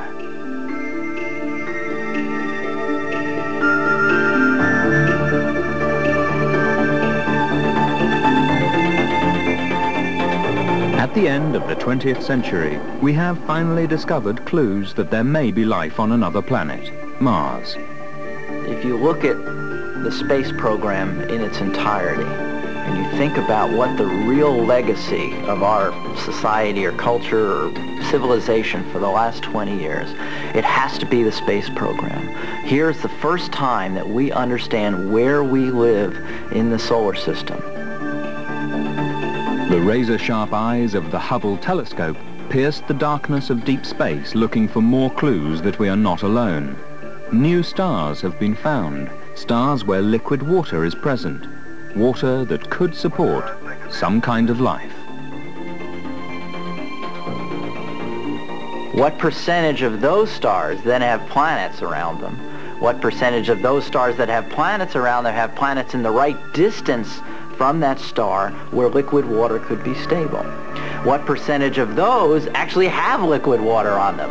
What percentage of those actually could have potentially had life start? And no matter what factors you put besides all of these. There's so many stars in the universe that almost certainly somewhere there's another planet not too unlike the Earth that has liquid water on it, and probably had it for some period of time. So the question is that all you need? Do you just need liquid water to get life going? Or is there really some divine intervention required? Is something required to say, we will life into being? Is Earth, are we on Earth alone in the universe, or is there a chance that life is out there? The significance of going to study for life on Mars is in fact to understand the factors there. Here's our neighbor planet right next door, ready for us to go and visit, where there's evidence, the first evidence ever that life started somewhere else besides the Earth. If that's true, then that almost certainly indicates that life is going to happen anywhere that the conditions are right. We got 2 examples in our solar system, and they both have life. If that's true, we want to know that. In the 1950s, when Arecibo, a huge telescope, 3 football fields across, was first put in place just as a demonstration of an idea. One channel was, one radio station, so to speak, was listened to see if we could hear a signal from a nearby star. All of us that are in this search, and many more people as well, are interested in is making contact, getting a signal from some extraterrestrial civilization. Is it really possible that some living creatures found us before we could find them? Challenging long-held opinion, Eric von Daniken believes there is new evidence to be explored. The old world and the new world are not supposed to have been in contact prior to the time of Columbus, according to Orthodox historians. And yet there are extraordinary similarities between the site, for example, of Teotihuacan, just north of Mexico City, and the Giza Plateau in Egypt, where the 3 great pyramids and the Great Sphinx stand. In my view, these similarities are connected to an ancient and lost science. And it's a science to do with the meaning of life, the purpose of human existence on this planet. Teotihuacan, Mexico. Almost 12 square kilometers of pyramids and platforms. Experts believe construction started here around 100 BC. When the Aztecs arrived 1,000 years later, they were awed by the massive ruins and dubbed Teotihuacan the city of the gods.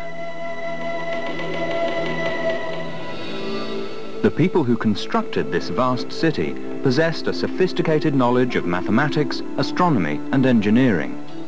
Eric von Daniken questions just who taught the builders of Teotihuacan. This represents a model of our solar system. For every planet, there is a construction, a building. There are 9 planets in our solar system, all orbiting around the Sun. Mercury is nearest to the Sun. Pluto is the furthest. At Teotihuacan, each one of the planets is represented by a building, ruin, or marker. Eric von Daniken believes it is a remarkably accurate scale model of our solar system. On the hill behind the Pyramid of the Moon are the ruins of temples which could represent the last planets discovered in our solar system, Neptune and Pluto.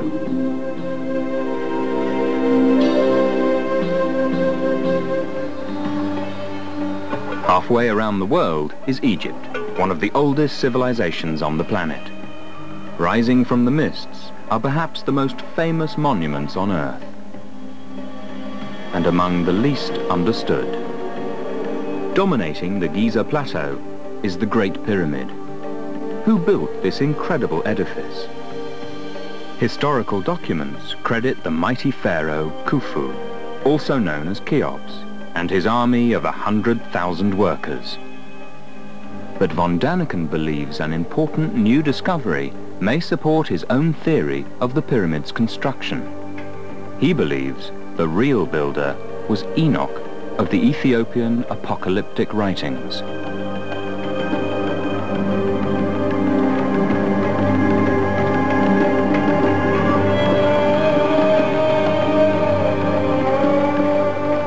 Eric von Daniken believes that Enoch was warned by the gods that a great flood would destroy civilization. Enoch built the Great Pyramid to protect ancient texts from the rising waters. He designed secret chambers carved deep inside this mountain of stone.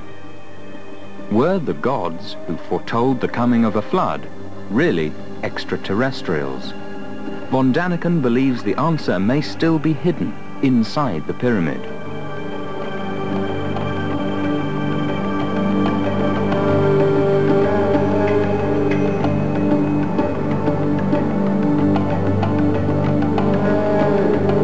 The interior of the Great Pyramid is a marvel of engineering skill. A long tunnel leads to the magnificent Grand Gallery. At the top of the gallery, von Daniken believes there are more clues that it was Enoch, not Khufu, who built the Great Pyramid. This is the so-called King's Chamber. Simply gigantic. As you can see, there are absolutely no hieroglyphs. Empty. If Khufu was a tyrant, then the wall should be full of inscription praising himself or his gods. Von Daniken believes the blank walls of this chamber indicate that the pyramid was not created to serve as Khufu's tomb. But there's more. Many wonder how the pyramid was built. Could an ancient culture assemble 2.5 million giant stone blocks with such perfection, less than 1/10 of a degree off true north? Von Daniken believes these mysteries could support his theory that the Great Pyramid was built by Enoch following his warning from above, teachers who descended from the heavens. If so, where are the secret chambers filled with ancient text? Only recently has modern technology allowed investigators to attempt to unravel this great mystery, which has challenged scholars and archaeologists for thousands of years. Some ancient text says that this pyramid was constructed before the Great Flood and many secret chambers should be in here. Could this shaft maybe lead to one of these chambers? In 1993, German engineer Rudolf Gantenbrink designed and built a robot to explore this mysterious shaft. The tiny machine was equipped with a video camera and remote steering. Its mission? Follow the shaft into the darkness in hopes of discovering ancient secrets.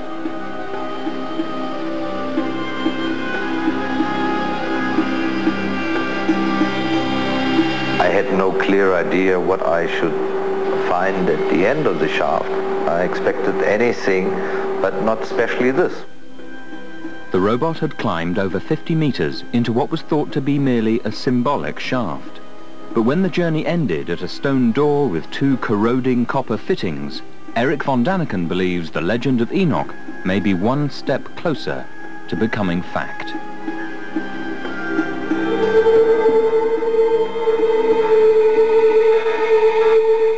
What we see in the camera from the robot is just the backside of the stone.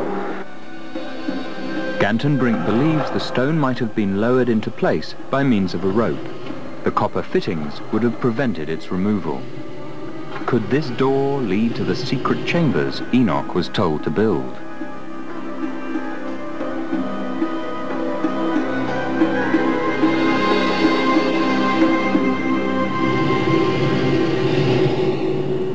There are hundreds of references contained in the oldest Egyptian texts which tell us that the gods concealed a great secret at Giza, perhaps under the Great Sphinx, or perhaps within the Great Pyramid itself. We now know that there is a hidden chamber inside the Great Pyramid, and we now know from seismic work that there is a hidden chamber under the Great Sphinx.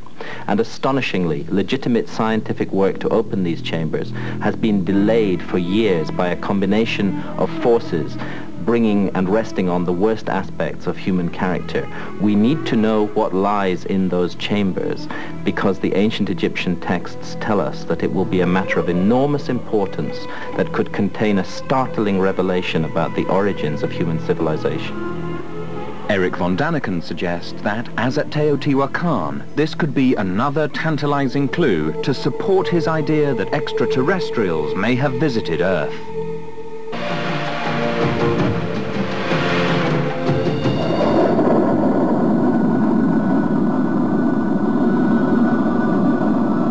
The dream of flying has fueled our imagination for thousands of years. At the end of the 20th century, we're not only able to fly around the Earth, we're able to explore other planets and other solar systems. Is it possible that other intelligent beings share our dream of exploration and have visited the Earth?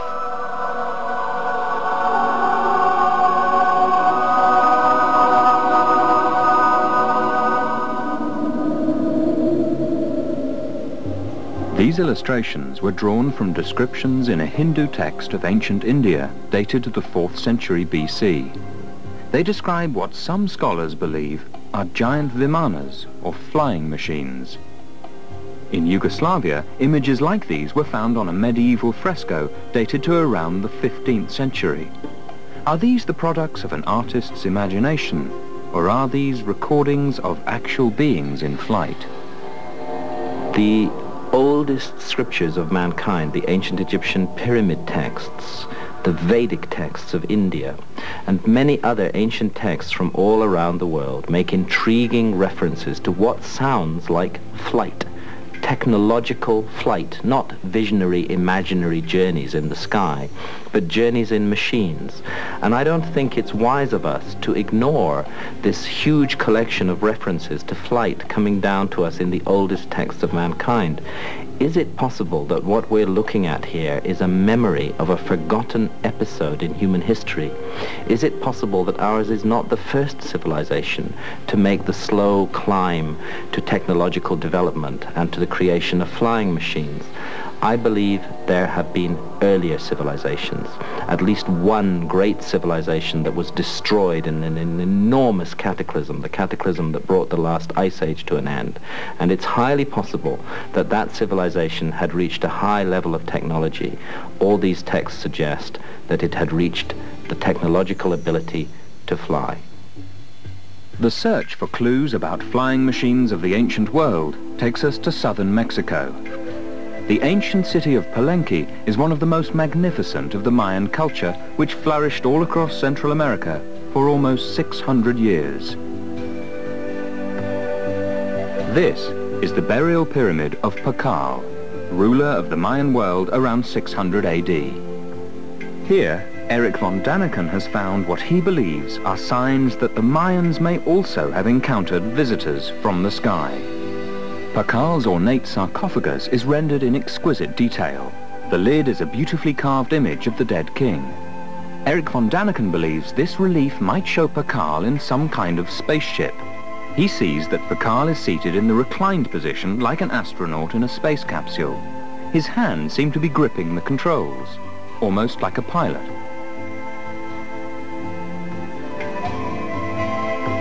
His nose appears to be attached to a breathing apparatus.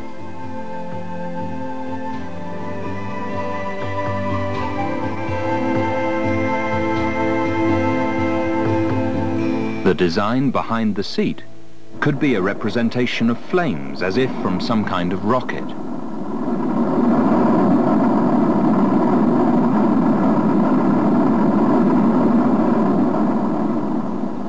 In the jungles of Tabasco, von Daniken points to what he believes is a clue that ancient astronauts have indeed visited this culture. During this journey, I showed clues for an extraterrestrial visit in the past. But I have more. 60 years ago, a gigantic engraved stone was found in the jungle of Tabasco in Mexico. Now you see yourself. There is a flying being, to my view, an extraterrestrial, floating down from the sky. His head has a helmet And with a little imagination, one can even recognize a microphone on his lips. His two arms and hands are looking down, while on the contrary, his legs towards the sky. In this case, I definitely see an astronaut coming down from heaven to teach humanity. Nazca, Peru. Another great mystery of the ancient world. From the ground, Nazca is an empty, endless desert. But from the air, the secret of Nazca is revealed. The desert is in fact a tapestry of elaborately carved lines and figures stretching for more than 150 kilometers. From the air you can see the famous figures of the spider, the hummingbird, and the monkey. Without the ability to fly, experts don't know how the Nazcans gained the perspective needed to create such elaborate figures on such a huge scale. There's even disagreement about the purpose of these markings. Originally, they were thought to be calendar-related or astronomical guides. No one really knows. But there is more to Nazca than this ancient menagerie. The real mystery in Nazca are lines, gigantic lines, looking like airstrips, and small lines, long, kilometers long. One of these lines extends 30 kilometers to the horizon. A giant mountaintop has been sheared off, leveled, and then scraped clean to create an impressive avenue. Von Daniken's question is, why? Did the ancient Nazcans need runways for some kind of flying machine?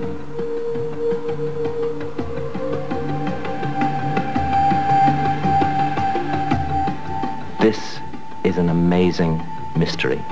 Orthodox history has it that the ancients could not fly, that they did not have the technology to fly. And indeed, if the ancients did have the technology to fly, then the whole basis of our history is completely up the creek. And yet the mystery of Nazca is I can see no way that these figures could have been prepared by a people who did not have the ability to get above them and check the perspective. You try and draw a spider in one continuous, unbroken line on an ordinary sheet of paper with a pencil. You'll find you can't do it unless you're an accomplished draftsman. These figures are drawn in unbroken lines on a scale of hundreds of feet by a people who supposedly did not have the ability to get perspective on what they were doing. In my view, the Nazca figures have never been properly explained by scholarship, and it's not good enough just because they can't be explained to ignore the mystery. We need to get to grips with this, to get to grips with two things. First of all, what are they? What are they for? And secondly, how were they done? In Nazca, I detect the fingerprints of the same ancient system of knowledge that we find in other parts of the world, where an endeavor was made to bring the heavens down to earth. I think that the Nazca figures are constellation diagrams. There's a great deal of good evidence which suggests that the Nazca spider is a representation of the constellation of Orion. And this is very intriguing because the three great pyramids of Egypt we now know are a representation of the three stars of Orion's belt. And we also know that in Egypt, this system of ideas was connected to the quest for the immortality of the soul and traced back to the time of the gods and to the knowledge and the wisdom of the gods. I suspect that that's what we're looking at Nazca as well, the same fingerprint of the same lost civilization and the same lost science. So if the Nazcans couldn't fly, what is the purpose of all these creations? Eric von Daniken thinks he has found an answer.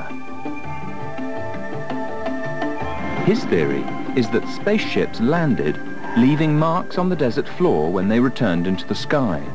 When the natives wanted them to come back generation after generation, they recreated these lines in tribal ritual, even though the initial visit may have fallen into a semi-forgotten past.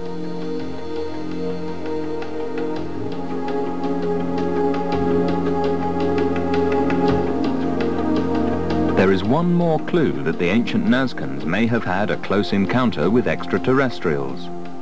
The figure of El Astronauto has watched the skies over Nazca for over 3,000 years. Could this strange-looking image be linked to a primitive but friendly society and their unearthly visitors?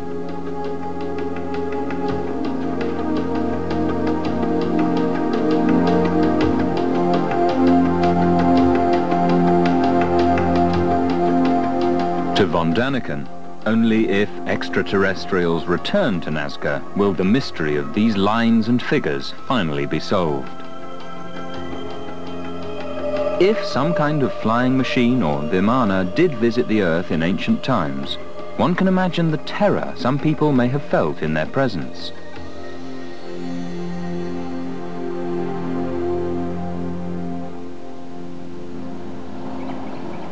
In Turkey, the eerie landscape is dotted with hundreds of small caves in the soft volcanic rock.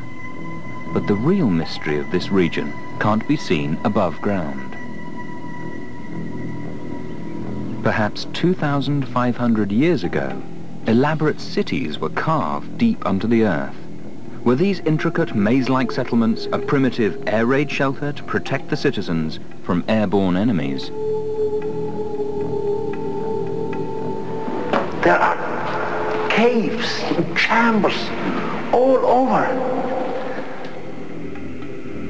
One of these cities descends 40 meters underground, through as many as 18 stories. This is just one of nearly 200 subterranean cities in the region. Perhaps 30,000 people once lived in them. A tunnel, 12 kilometers long, linked two cities together.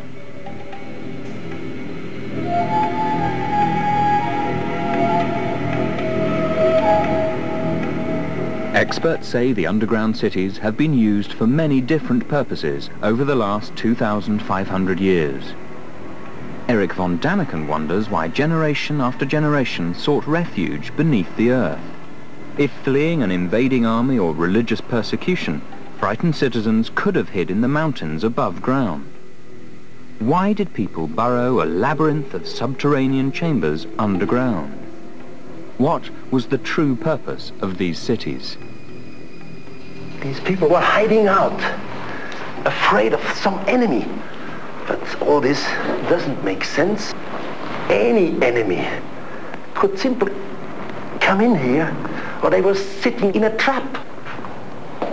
It must have been an airborne enemy. An enemy from the sky.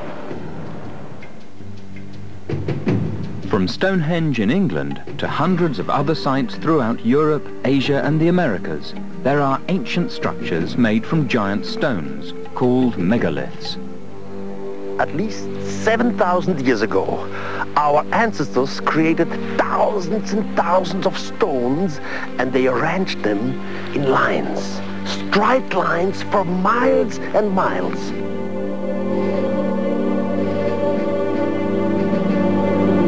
They loom like giant soldiers, marching in formation to the sea.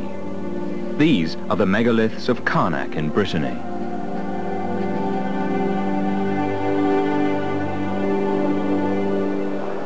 There is a great deal of controversy about the age of these menhirs in Brittany. Here, we finally have some proof. These stones go into the water and underwater. In fact, there is a whole stone circle underwater. This finally proves that the stones were here before the water was here. And that was 8 to 10,000 years ago. Now this is the largest megalith ever moved in ancient Europe. It's man-made, cut, as you can see. Once the whole piece was over 60 feet and its weight was 350 tons. If these giant stones were moved and arranged 7,000 years ago, they would be among the oldest creations on the planet. But were they created by human beings? At that time in human history, our ancestors were still hunters, struggling daily for survival. Their tools were primitive, and the wheel had not yet been invented. How were these thousands of stones transported, and what was their purpose? Until today, archaeology has no answer for this mystery. Well, since we have computer technology and since we know how to fly, we might have an answer. Eric von Daniken reveals his theory that, based on aerial reconnaissance, the builders of these alignments had a sophisticated understanding of geometry, triangulation, and Pythagoras theory.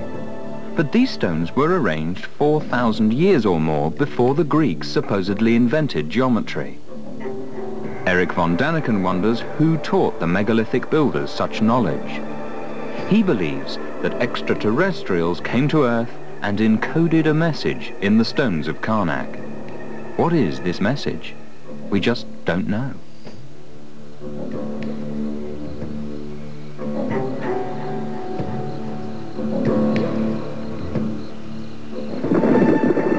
At the bottom of the world, in a land frozen in perpetual ice, von Daniken believes there's more startling evidence that beings from another world left their mark on the Earth. In 1531, Orontius Phineas drew this map of Antarctica, but Antarctica was not discovered by man until about 250 years later, in 1773. How could Orontius Phineas map a continent which didn't officially exist? Antarctica is the one continent on the face of the Earth that is truly lost. It is buried beneath 2 miles of ice, and we have absolutely no idea what lies underneath the ice. The existence of these ancient maps that show us Antarctica deglaciated is, in my view, an invitation to a great deal of research to what may lie beneath that ice, possibly the lost continent that is spoken of in all the myths and traditions of mankind, the home perhaps of a great lost civilization. What is even more mysterious than Phineas knowing about a continent that hadn't been discovered is that Phineas appears to know what Antarctica looked like before it was covered with ice, and that was over 100,000 years ago. How could he have known the continent's shape before it was frozen under a mass of ice? The plain fact of the matter is that hundreds of such anomalous maps exist, which show Antarctica in fantastic detail, and sometimes actually as it looks underneath the ice that now covers it. We've only known how the subglacial topography of Antarctica looks since the 1950s, when seismic surveys were taken across the ice cap. These ancient maps show us a deglaciated Antarctica. There's a huge mystery here which scholars are not addressing, and it cannot be ascribed to coincidence. We are left to consider profound questions. Questions which force us to re-examine our ancient history. Eric von Daniken believes Orontius Phineas drew his map based on an even older source map created by gods. Only visitors from the sky, von Daniken maintains, had the sophisticated technology necessary to see through the ice to chart the landmass below. We don't know, but this map could be evidence that our planet was once surveyed from the air by beings from another world. This is the temple of Osiris in Abydos, in Central Egypt. One of the most mysterious gifts has come down from heaven to earth. It is the so-called jet pillar. It has been suggested that it could be a symbol of fertility, or maybe a symbol of eternity, but also a symbol of power. What power? Do they maybe mean electricity? Eric believes the Jed pillar could have been used as some kind of electrical insulator, similar to the ones at the top of modern pylons. But did the Egyptians have a way to generate electricity in the first place? According to von Daniken, a strange, metal-lined vessel was found not far from central Egypt. From the outside, this exact replica looks like an ordinary clay jar. But when von Daniken pours in a common acidic liquid like vinegar, this strange jar generates electricity like a battery. Now von Daniken searches for the ways that the ancient Egyptians might have used this electricity. In the basement of the Temple of Dendera in southern Egypt, his investigation uncovers a possible answer.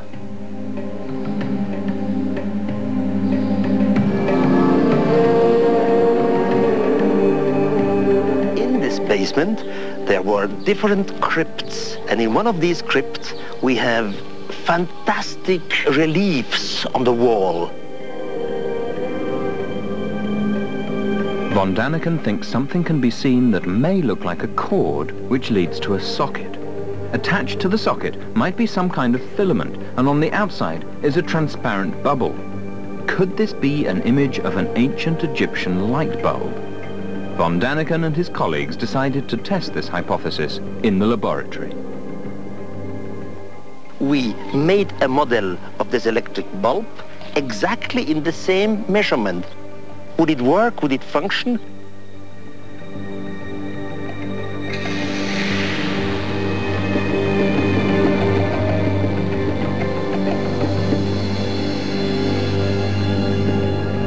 And it functioned. It works.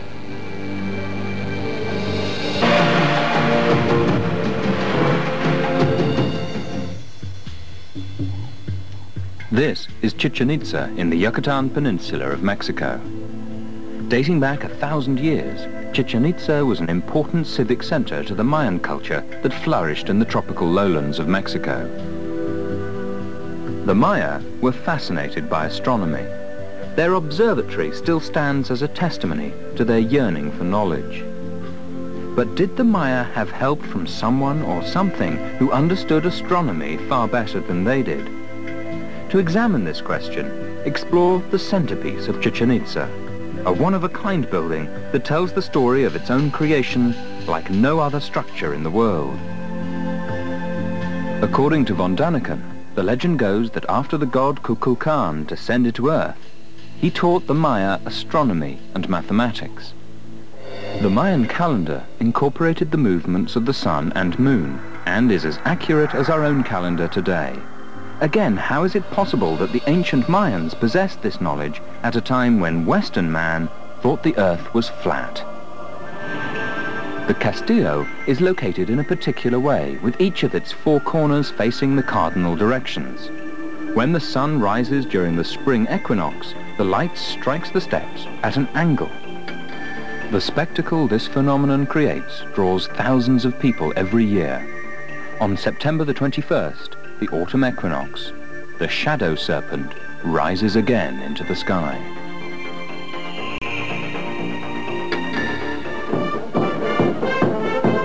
Similar religious legends are found in the South American country of Bolivia. At an altitude of over 3,600 meters, descendants of the Inca pay homage to their Presterio, their patron saint. But over 1,500 years ago at Tiwanaku, their ancestors celebrated the great god Viracocha. Eric von Daniken believes Viracocha brought his people sophisticated knowledge of astronomy, mathematics, and agriculture.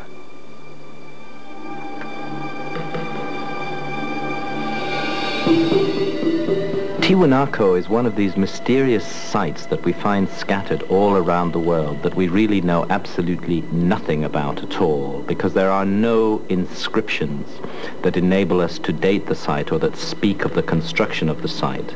And we have no possible method of dating monuments that are made out of solid stone.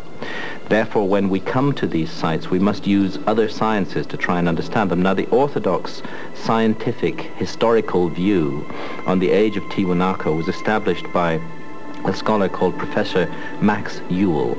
I was astonished to discover that Professor Max Ewell had written his classic study of Tiwanaku, which dates the site to about 500 AD, and on which all subsequent scholarship has been based, without ever having visited the site at all.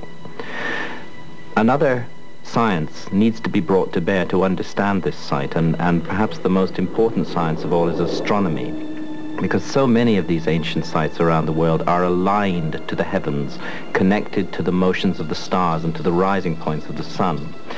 Another scholar, Professor Arthur Poznansky from La Paz University in Bolivia, spent 50 years studying the site, carefully measuring its alignments, and he concluded on the basis of its astronomical alignments, and I concur, the work was done with great precision.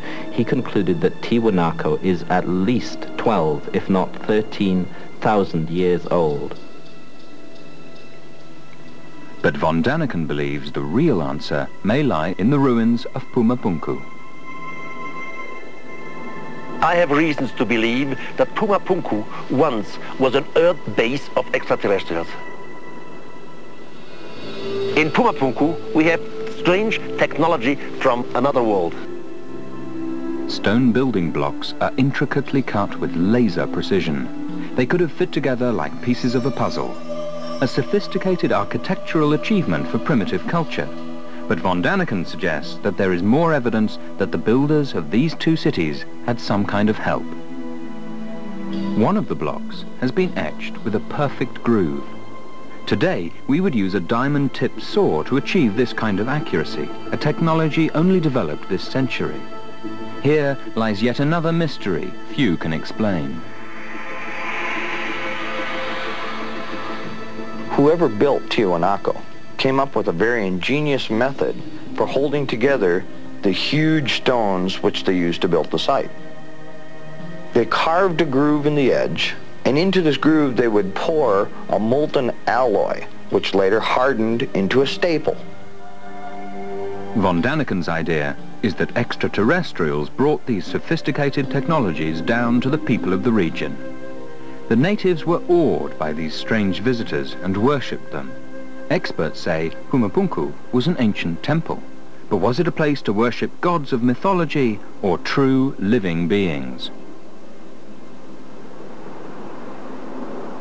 Today we make a construction like a church. We say this is a temple, and in here a spiritual being, the God in spirit, lives in this temple. My idea is that Virakosha, but not only Virakosha, other so-called gods and other places in our world were extraterrestrials, and they were misunderstood as gods by our primitive ancestors.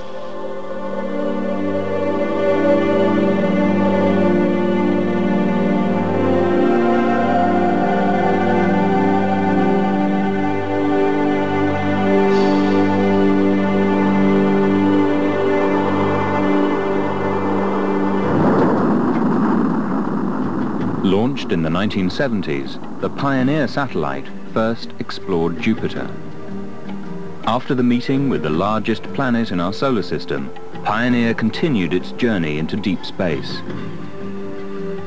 Fixed to the side of the tiny spacecraft was a gold disk. Etched on the disk are chemical symbols, a map of Earth's location in the solar system, and the figures of a man and a woman. The man has his hand raised in a friendly greeting to anyone or anything that might encounter Pioneer on its journey into the unknown. And man is still wondering, is anybody out there?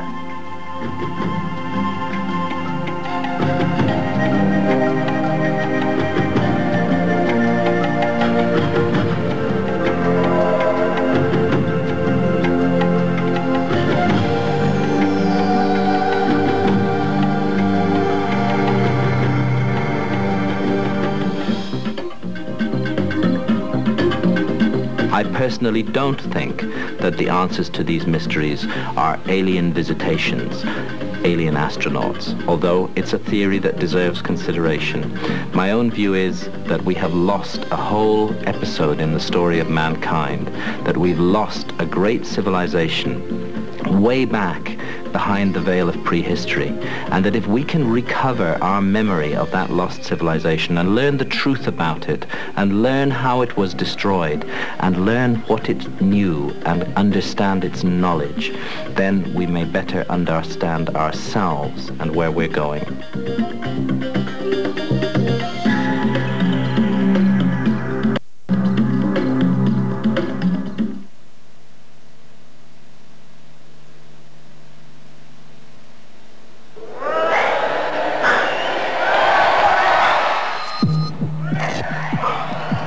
This is Earthscan.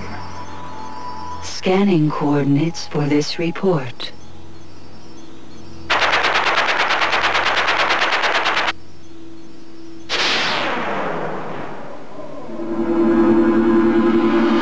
The UFO phenomenon has such distinct and obvious national security implications that the military bodies all throughout the world, as far as I'm concerned, are probably very much involved with this subject. But when it comes to the truth about the subject, especially in the United States, there is a great deal of distraction, diversion, and disinformation that seems to be infiltrated into the UFO field. It's very difficult for someone who's on the outside of the intelligence community to make a qualified, educated guess as to what particular agency is doing it, what are the exact reasons. But for the sake of argument, I think it's pretty safe to say that the Air Force has been definitely involved through the Air Force Office of Special Investigations and other probably unknown departments in providing disinformation in a public way and also in a foreign capacity, simply because UFOs are a national security problem, and the weapons game has to have that go on. It's a national security imperative. Has been since before World War II. And anybody who has studied anything about the intelligence community worldwide knows that there is a lot of, it's game playing is what it is. It's ways of keeping the truth from the enemy, essentially. And in the case of UFOs, oftentimes public awareness is the enemy. If more people in a regular capacity of being citizens of the UK or of the United States were to know the real truth about the presence of UFOs and exactly what has been going on with them over the years, it would be a security threat. I believe that that is not necessarily true. I believe that it happens to be the belief of those in power in the military bodies. Report acknowledged.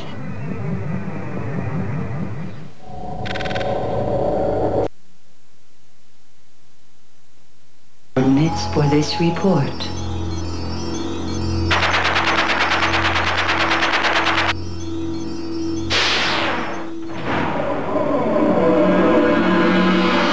The next morning when I woke up, my eyes were swollen completely shut, puffed out and red and oozing.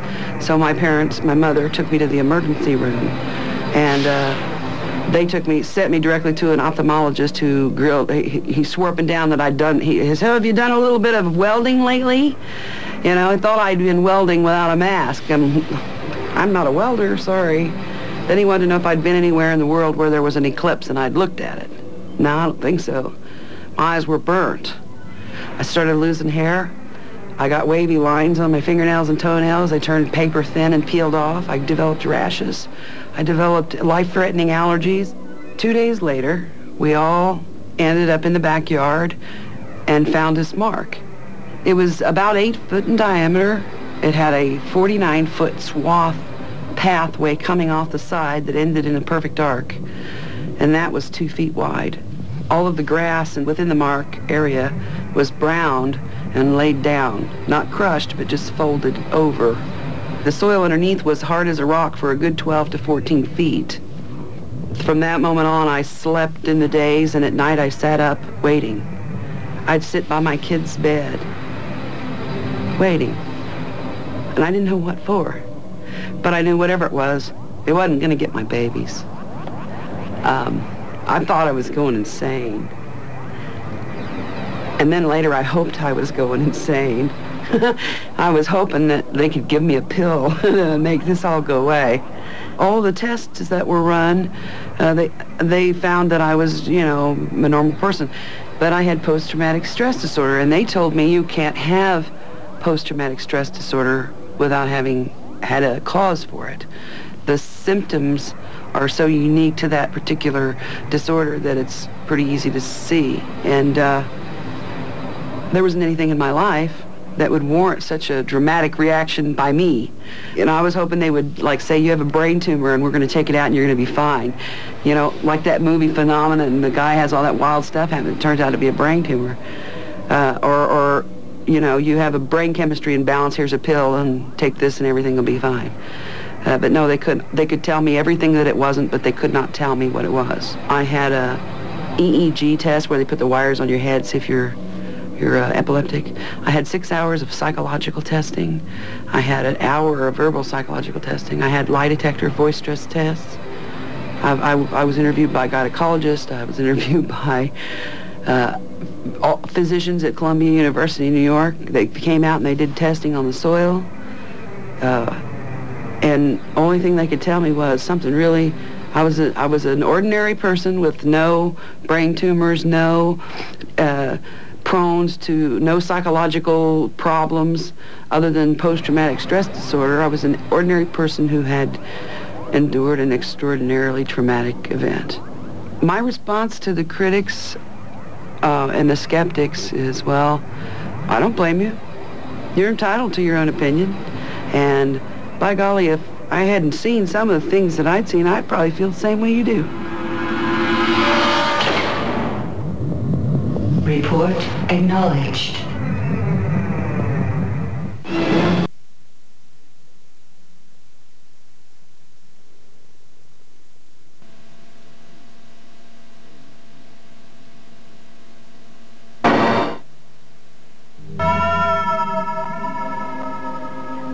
Welcome back. Well, in 1983, a UFO was sighted over Southampton water.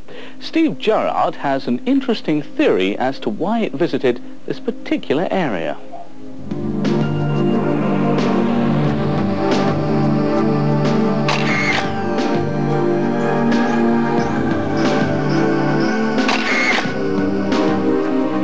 A nice, clear, crispy night. The stars were out, and I was actually stood a few hundred yards down where we are now and looking over the water, and I was sort of looking in the direction over towards the woods over that way, and suddenly it was this orange light appeared in the sky. I always said it was like someone switching on a house light. I thought to myself it must be a helicopter or something like that, but I thought there was no noise. It was very big, and as I watched it, it moved to my right and it was going along Southampton water across the sky, and it was as if it was going down a flight of stairs. It would stop, drop a few feet, stop, go along a few feet, stop. It was going for about 10 minutes it was doing this. And then it just suddenly stopped in the sky still. And suddenly it disappeared over the horizon towards the grain silos in the distance there in a big arcing movement. And it just went out of sight. And I was really astonished by what that was. And since then my interest has grown and grown. And I've now, 6 years ago, set up the group that I run now. Steve's 1983 sighting is not an isolated example. Ernie Sears has noted 14 unidentified objects over Southampton in the last 30 years, including this one in 1978. There was a huge light coming up from the Isle of Wight, which gradually drew nearer to me. Not very high up, I estimated about 1,000 feet. No noise at all, a huge black, vast object, which came right over the top of me, slowly, and then vanished away towards the city. What do they want? Could it be to gather intelligence about the nearby naval base? We've got Fawley behind us as we stand here, and the base is used by the Marines for training. There are large boats there. Maybe if we are being visited by other extraterrestrial life, then yes, they'd want to know what military capability we have. There's a sort of an education program going on, which your program is probably part of, you may not know it, to get us used to the idea that living cheek by jowl alongside us are what we would call aliens or species from another dimension. Technology seems to be flying at huge leaps and bounds, and I do often wonder, are we being helped along the way? Are we being nurtured maybe?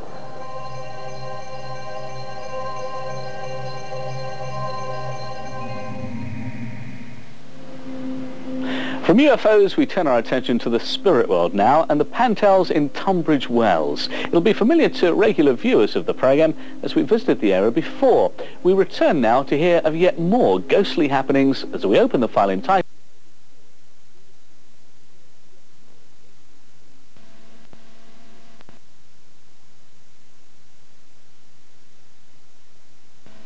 Recordings were made throughout the house, with particular attention paid to 3 hotspots: the sewing room, the children's room, and the master bedroom. several hours of tape were recorded in what seemed like complete silence.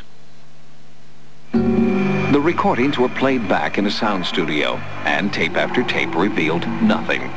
Then, one sound on one of the final tapes spoke to Bart Ellis. Right there. Hear that? Hello. Play it back. Wait, it's going to come up again. It's going to come up again. Hello. You hear now? You hear it's kind of a breathy sound?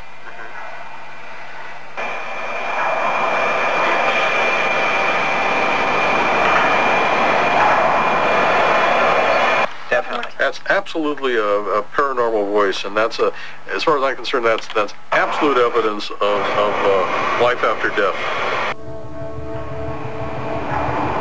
Is this the voice of Theodora or Maria echoing through the ether of time? The answer is as elusive as the identity of the lady in black. But Ellis says this is just the first rudimentary step in an emerging process that will one day allow us to communicate between this world and the next.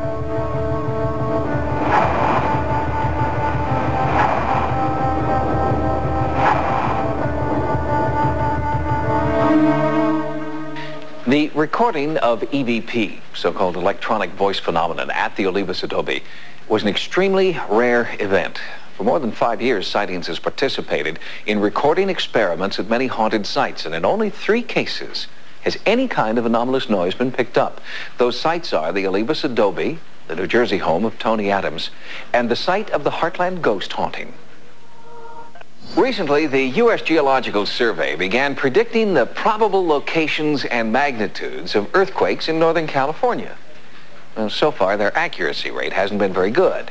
And even with state-of-the-art equipment and the best seismologists in the country, the USGS doesn't even come close to predicting earthquakes as accurately as one high school science teacher in Hawaii.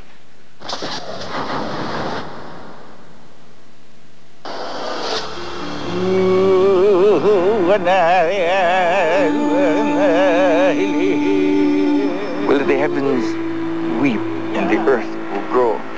The earth will quake, the earth will vibrate, the earth will move, and life will begin again. After more than 1,000 years here, native Hawaiians believe that they have learned to hear the earth when she speaks and to watch the skies for what will come. Folklore tells of priests who knew when the rain would fall, the wind would blow, and the earth would shake. They have what we call hua'ilona, omens or portents, and many of our priests and our elders would look and see these symbols in the skies. On Oahu, at Damien Memorial High School, ancient tales of accurate predictions of earth changes captivated high school teacher and religion chairman Mike Lee. For fun, he began to see if he could develop a scientific prediction method based on the old ways of the Hawaiian priests, the kahunas. The ancient Hawaiians believed that Pele, the fire goddess, was able to cause earthquakes through volcanic eruptions. When Lee learned that Pele's sacred name translates as the moon in the flames, he used a simple computer program to search for connections between the moon and earthquakes. I can take a vantage point from the moon and see where the earth is at a particular time in history. At first, the connection just wasn't there. There had to be more to the ancient method than plotting the position of the moon in relation to the earth. There had to be something Lee was missing. And I was looking at the data, and I wanted to piece together how did the ancient Hawaiian priests actually predict earthquakes months in advance. He went back to Pele's name, the moon in the flames, and wondered if perhaps the ancients might be referring to the orange cast the moon takes on during a lunar eclipse. Pele, the volcano goddess, is seen in the sky during a lunar eclipse. And the Hawaiians had the theory that whenever a lunar or a solar eclipse took place, regular patterns of earthquakes would follow.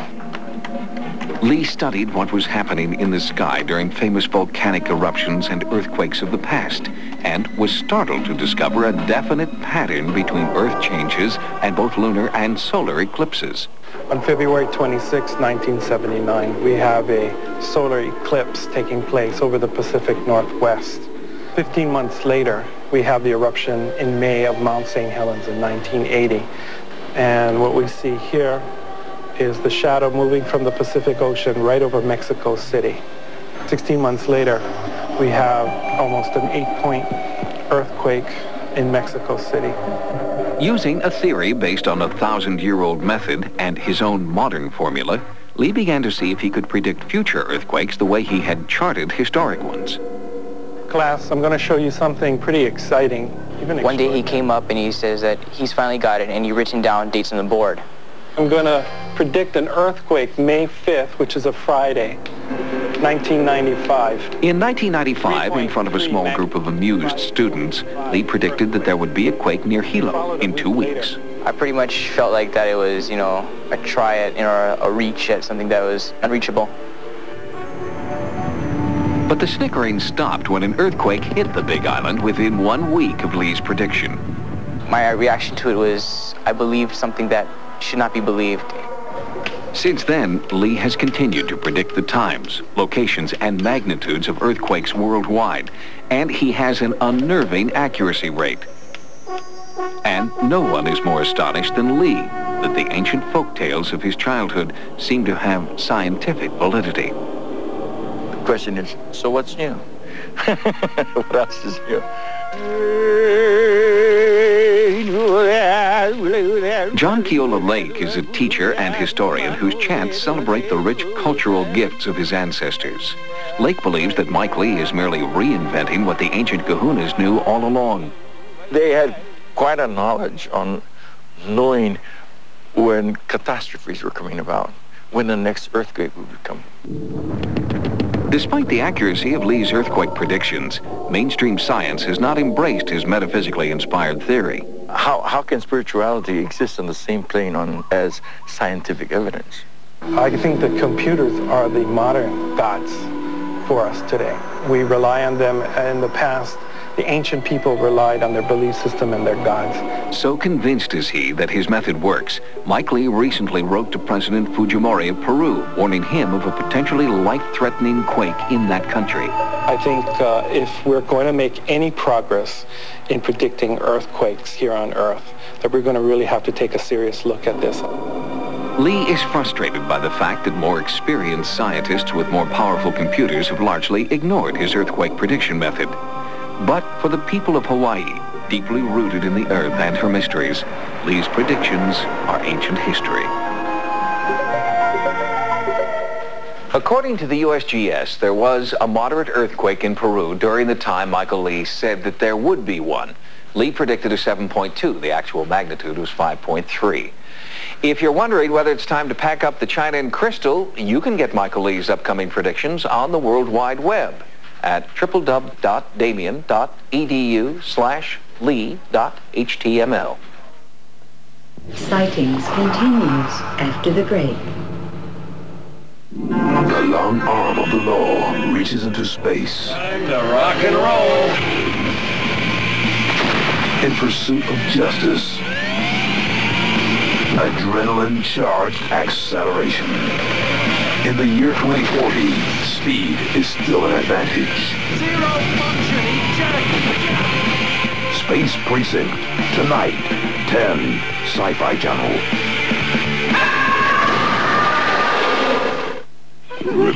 Oh, are you the Frog Prince? Well, yep. And I suppose you want to kiss. I'd rather have a Red Bull, liquid stimulation for body and mind. Oh, all right, so long as you turn into a prince. Come on, you really are handsome, aren't you? But wait, where are you going? Hey, I gotta see if I can find any other princesses around. Red Bull gives you wings. Wait, where am I going to find another frog at this time on a Friday night? Have you got the hint yet? She wants Black & Decker's most powerful turbo dustbuster for all those awkward cleaning jobs. Only from Black & Decker. Do you like scary movies? They're all the same. Some stupid killer stalking some big-breasted girl who can't act, who's always running up the stairs when she should be going out the front door. Don't answer the phone. Don't open the door. Don't try to escape. It's a Scream, baby! Do rent the ultimate scary movie. Can you see me? Scream. Are you hiding something underneath the hair you have? It's the hair you want. Reveal your hair's true potential with new advanced Pantene system. Now with even more provitamin B5, nothing penetrates deeper, while the formula replenishes shine from root to tip. Even damaged hair can become more healthy looking hair can become more shiny. Try it for 14 days and see. New advanced Pantene Pro V system for hair that looks so healthy it shines. Go ahead. Release your hair's true potential.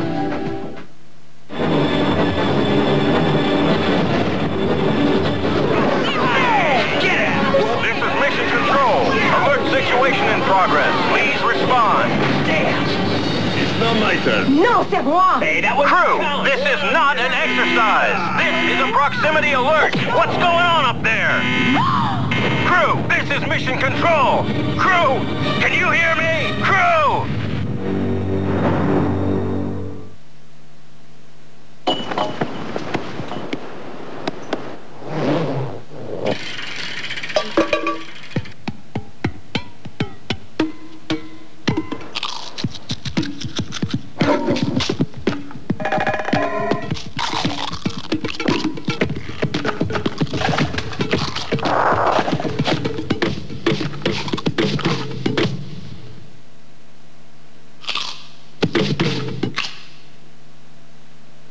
Fine. All I'm saying is... Look, all I'm saying is, if you want a big Christmas, then you do it. I will. The tree, the cooking, the shopping. Okay. Fine. For less hassle this Christmas, stock up on a few extras each visit to Summerfield. Buy any of our hundreds of price check offers cheaper at a major supermarket, and we'll give you a pack free. Love. How's it going? Great. You'll never last. You're watching Sightings on the Sci-Fi Channel. August 7th, 1996 will go down in history as the day NASA told the world what many people said they already knew. Breathless with excitement, NASA Chief Dan Golden declared August 7th the day we open the door to other worlds. For the first time, a U.S. government official was openly admitting the possibility of life on Mars. And it all started with one little rock. Antarctica, 1984. Just after Christmas, a team of American meteorite hunters had no idea that they had just made one of the most exciting scientific discoveries of the century. The day started out very windy and very cold. 29-year-old Robbie Score, a geologist from the Meteor Lab at the Johnson Space Center, saw it first. A rock glowing green in a sea of white. We were on this one ice field, which was the furthest ice field from the Allen Hills. There was no scenery. It was basically, you felt like you were out in the frozen ocean. The team collected nearly 100 meteorites on their expedition, but Robbie remembered finding this one. She found it almost by accident while the group was out joyriding on their snowmobiles during a well-deserved break. It's just really fun, and we were all really excited. As we were leaving the area is when we ran into the rock that's now so famous. It sat in a lab for nearly 12 years before the discovery of something inside the meteorite propelled this hunk of rock into the headlines. The topography of Mars, so similar to our own, with its chinks and fissures, riverbeds and mountains, has captivated the scientific imagination for more than 100 years. At the turn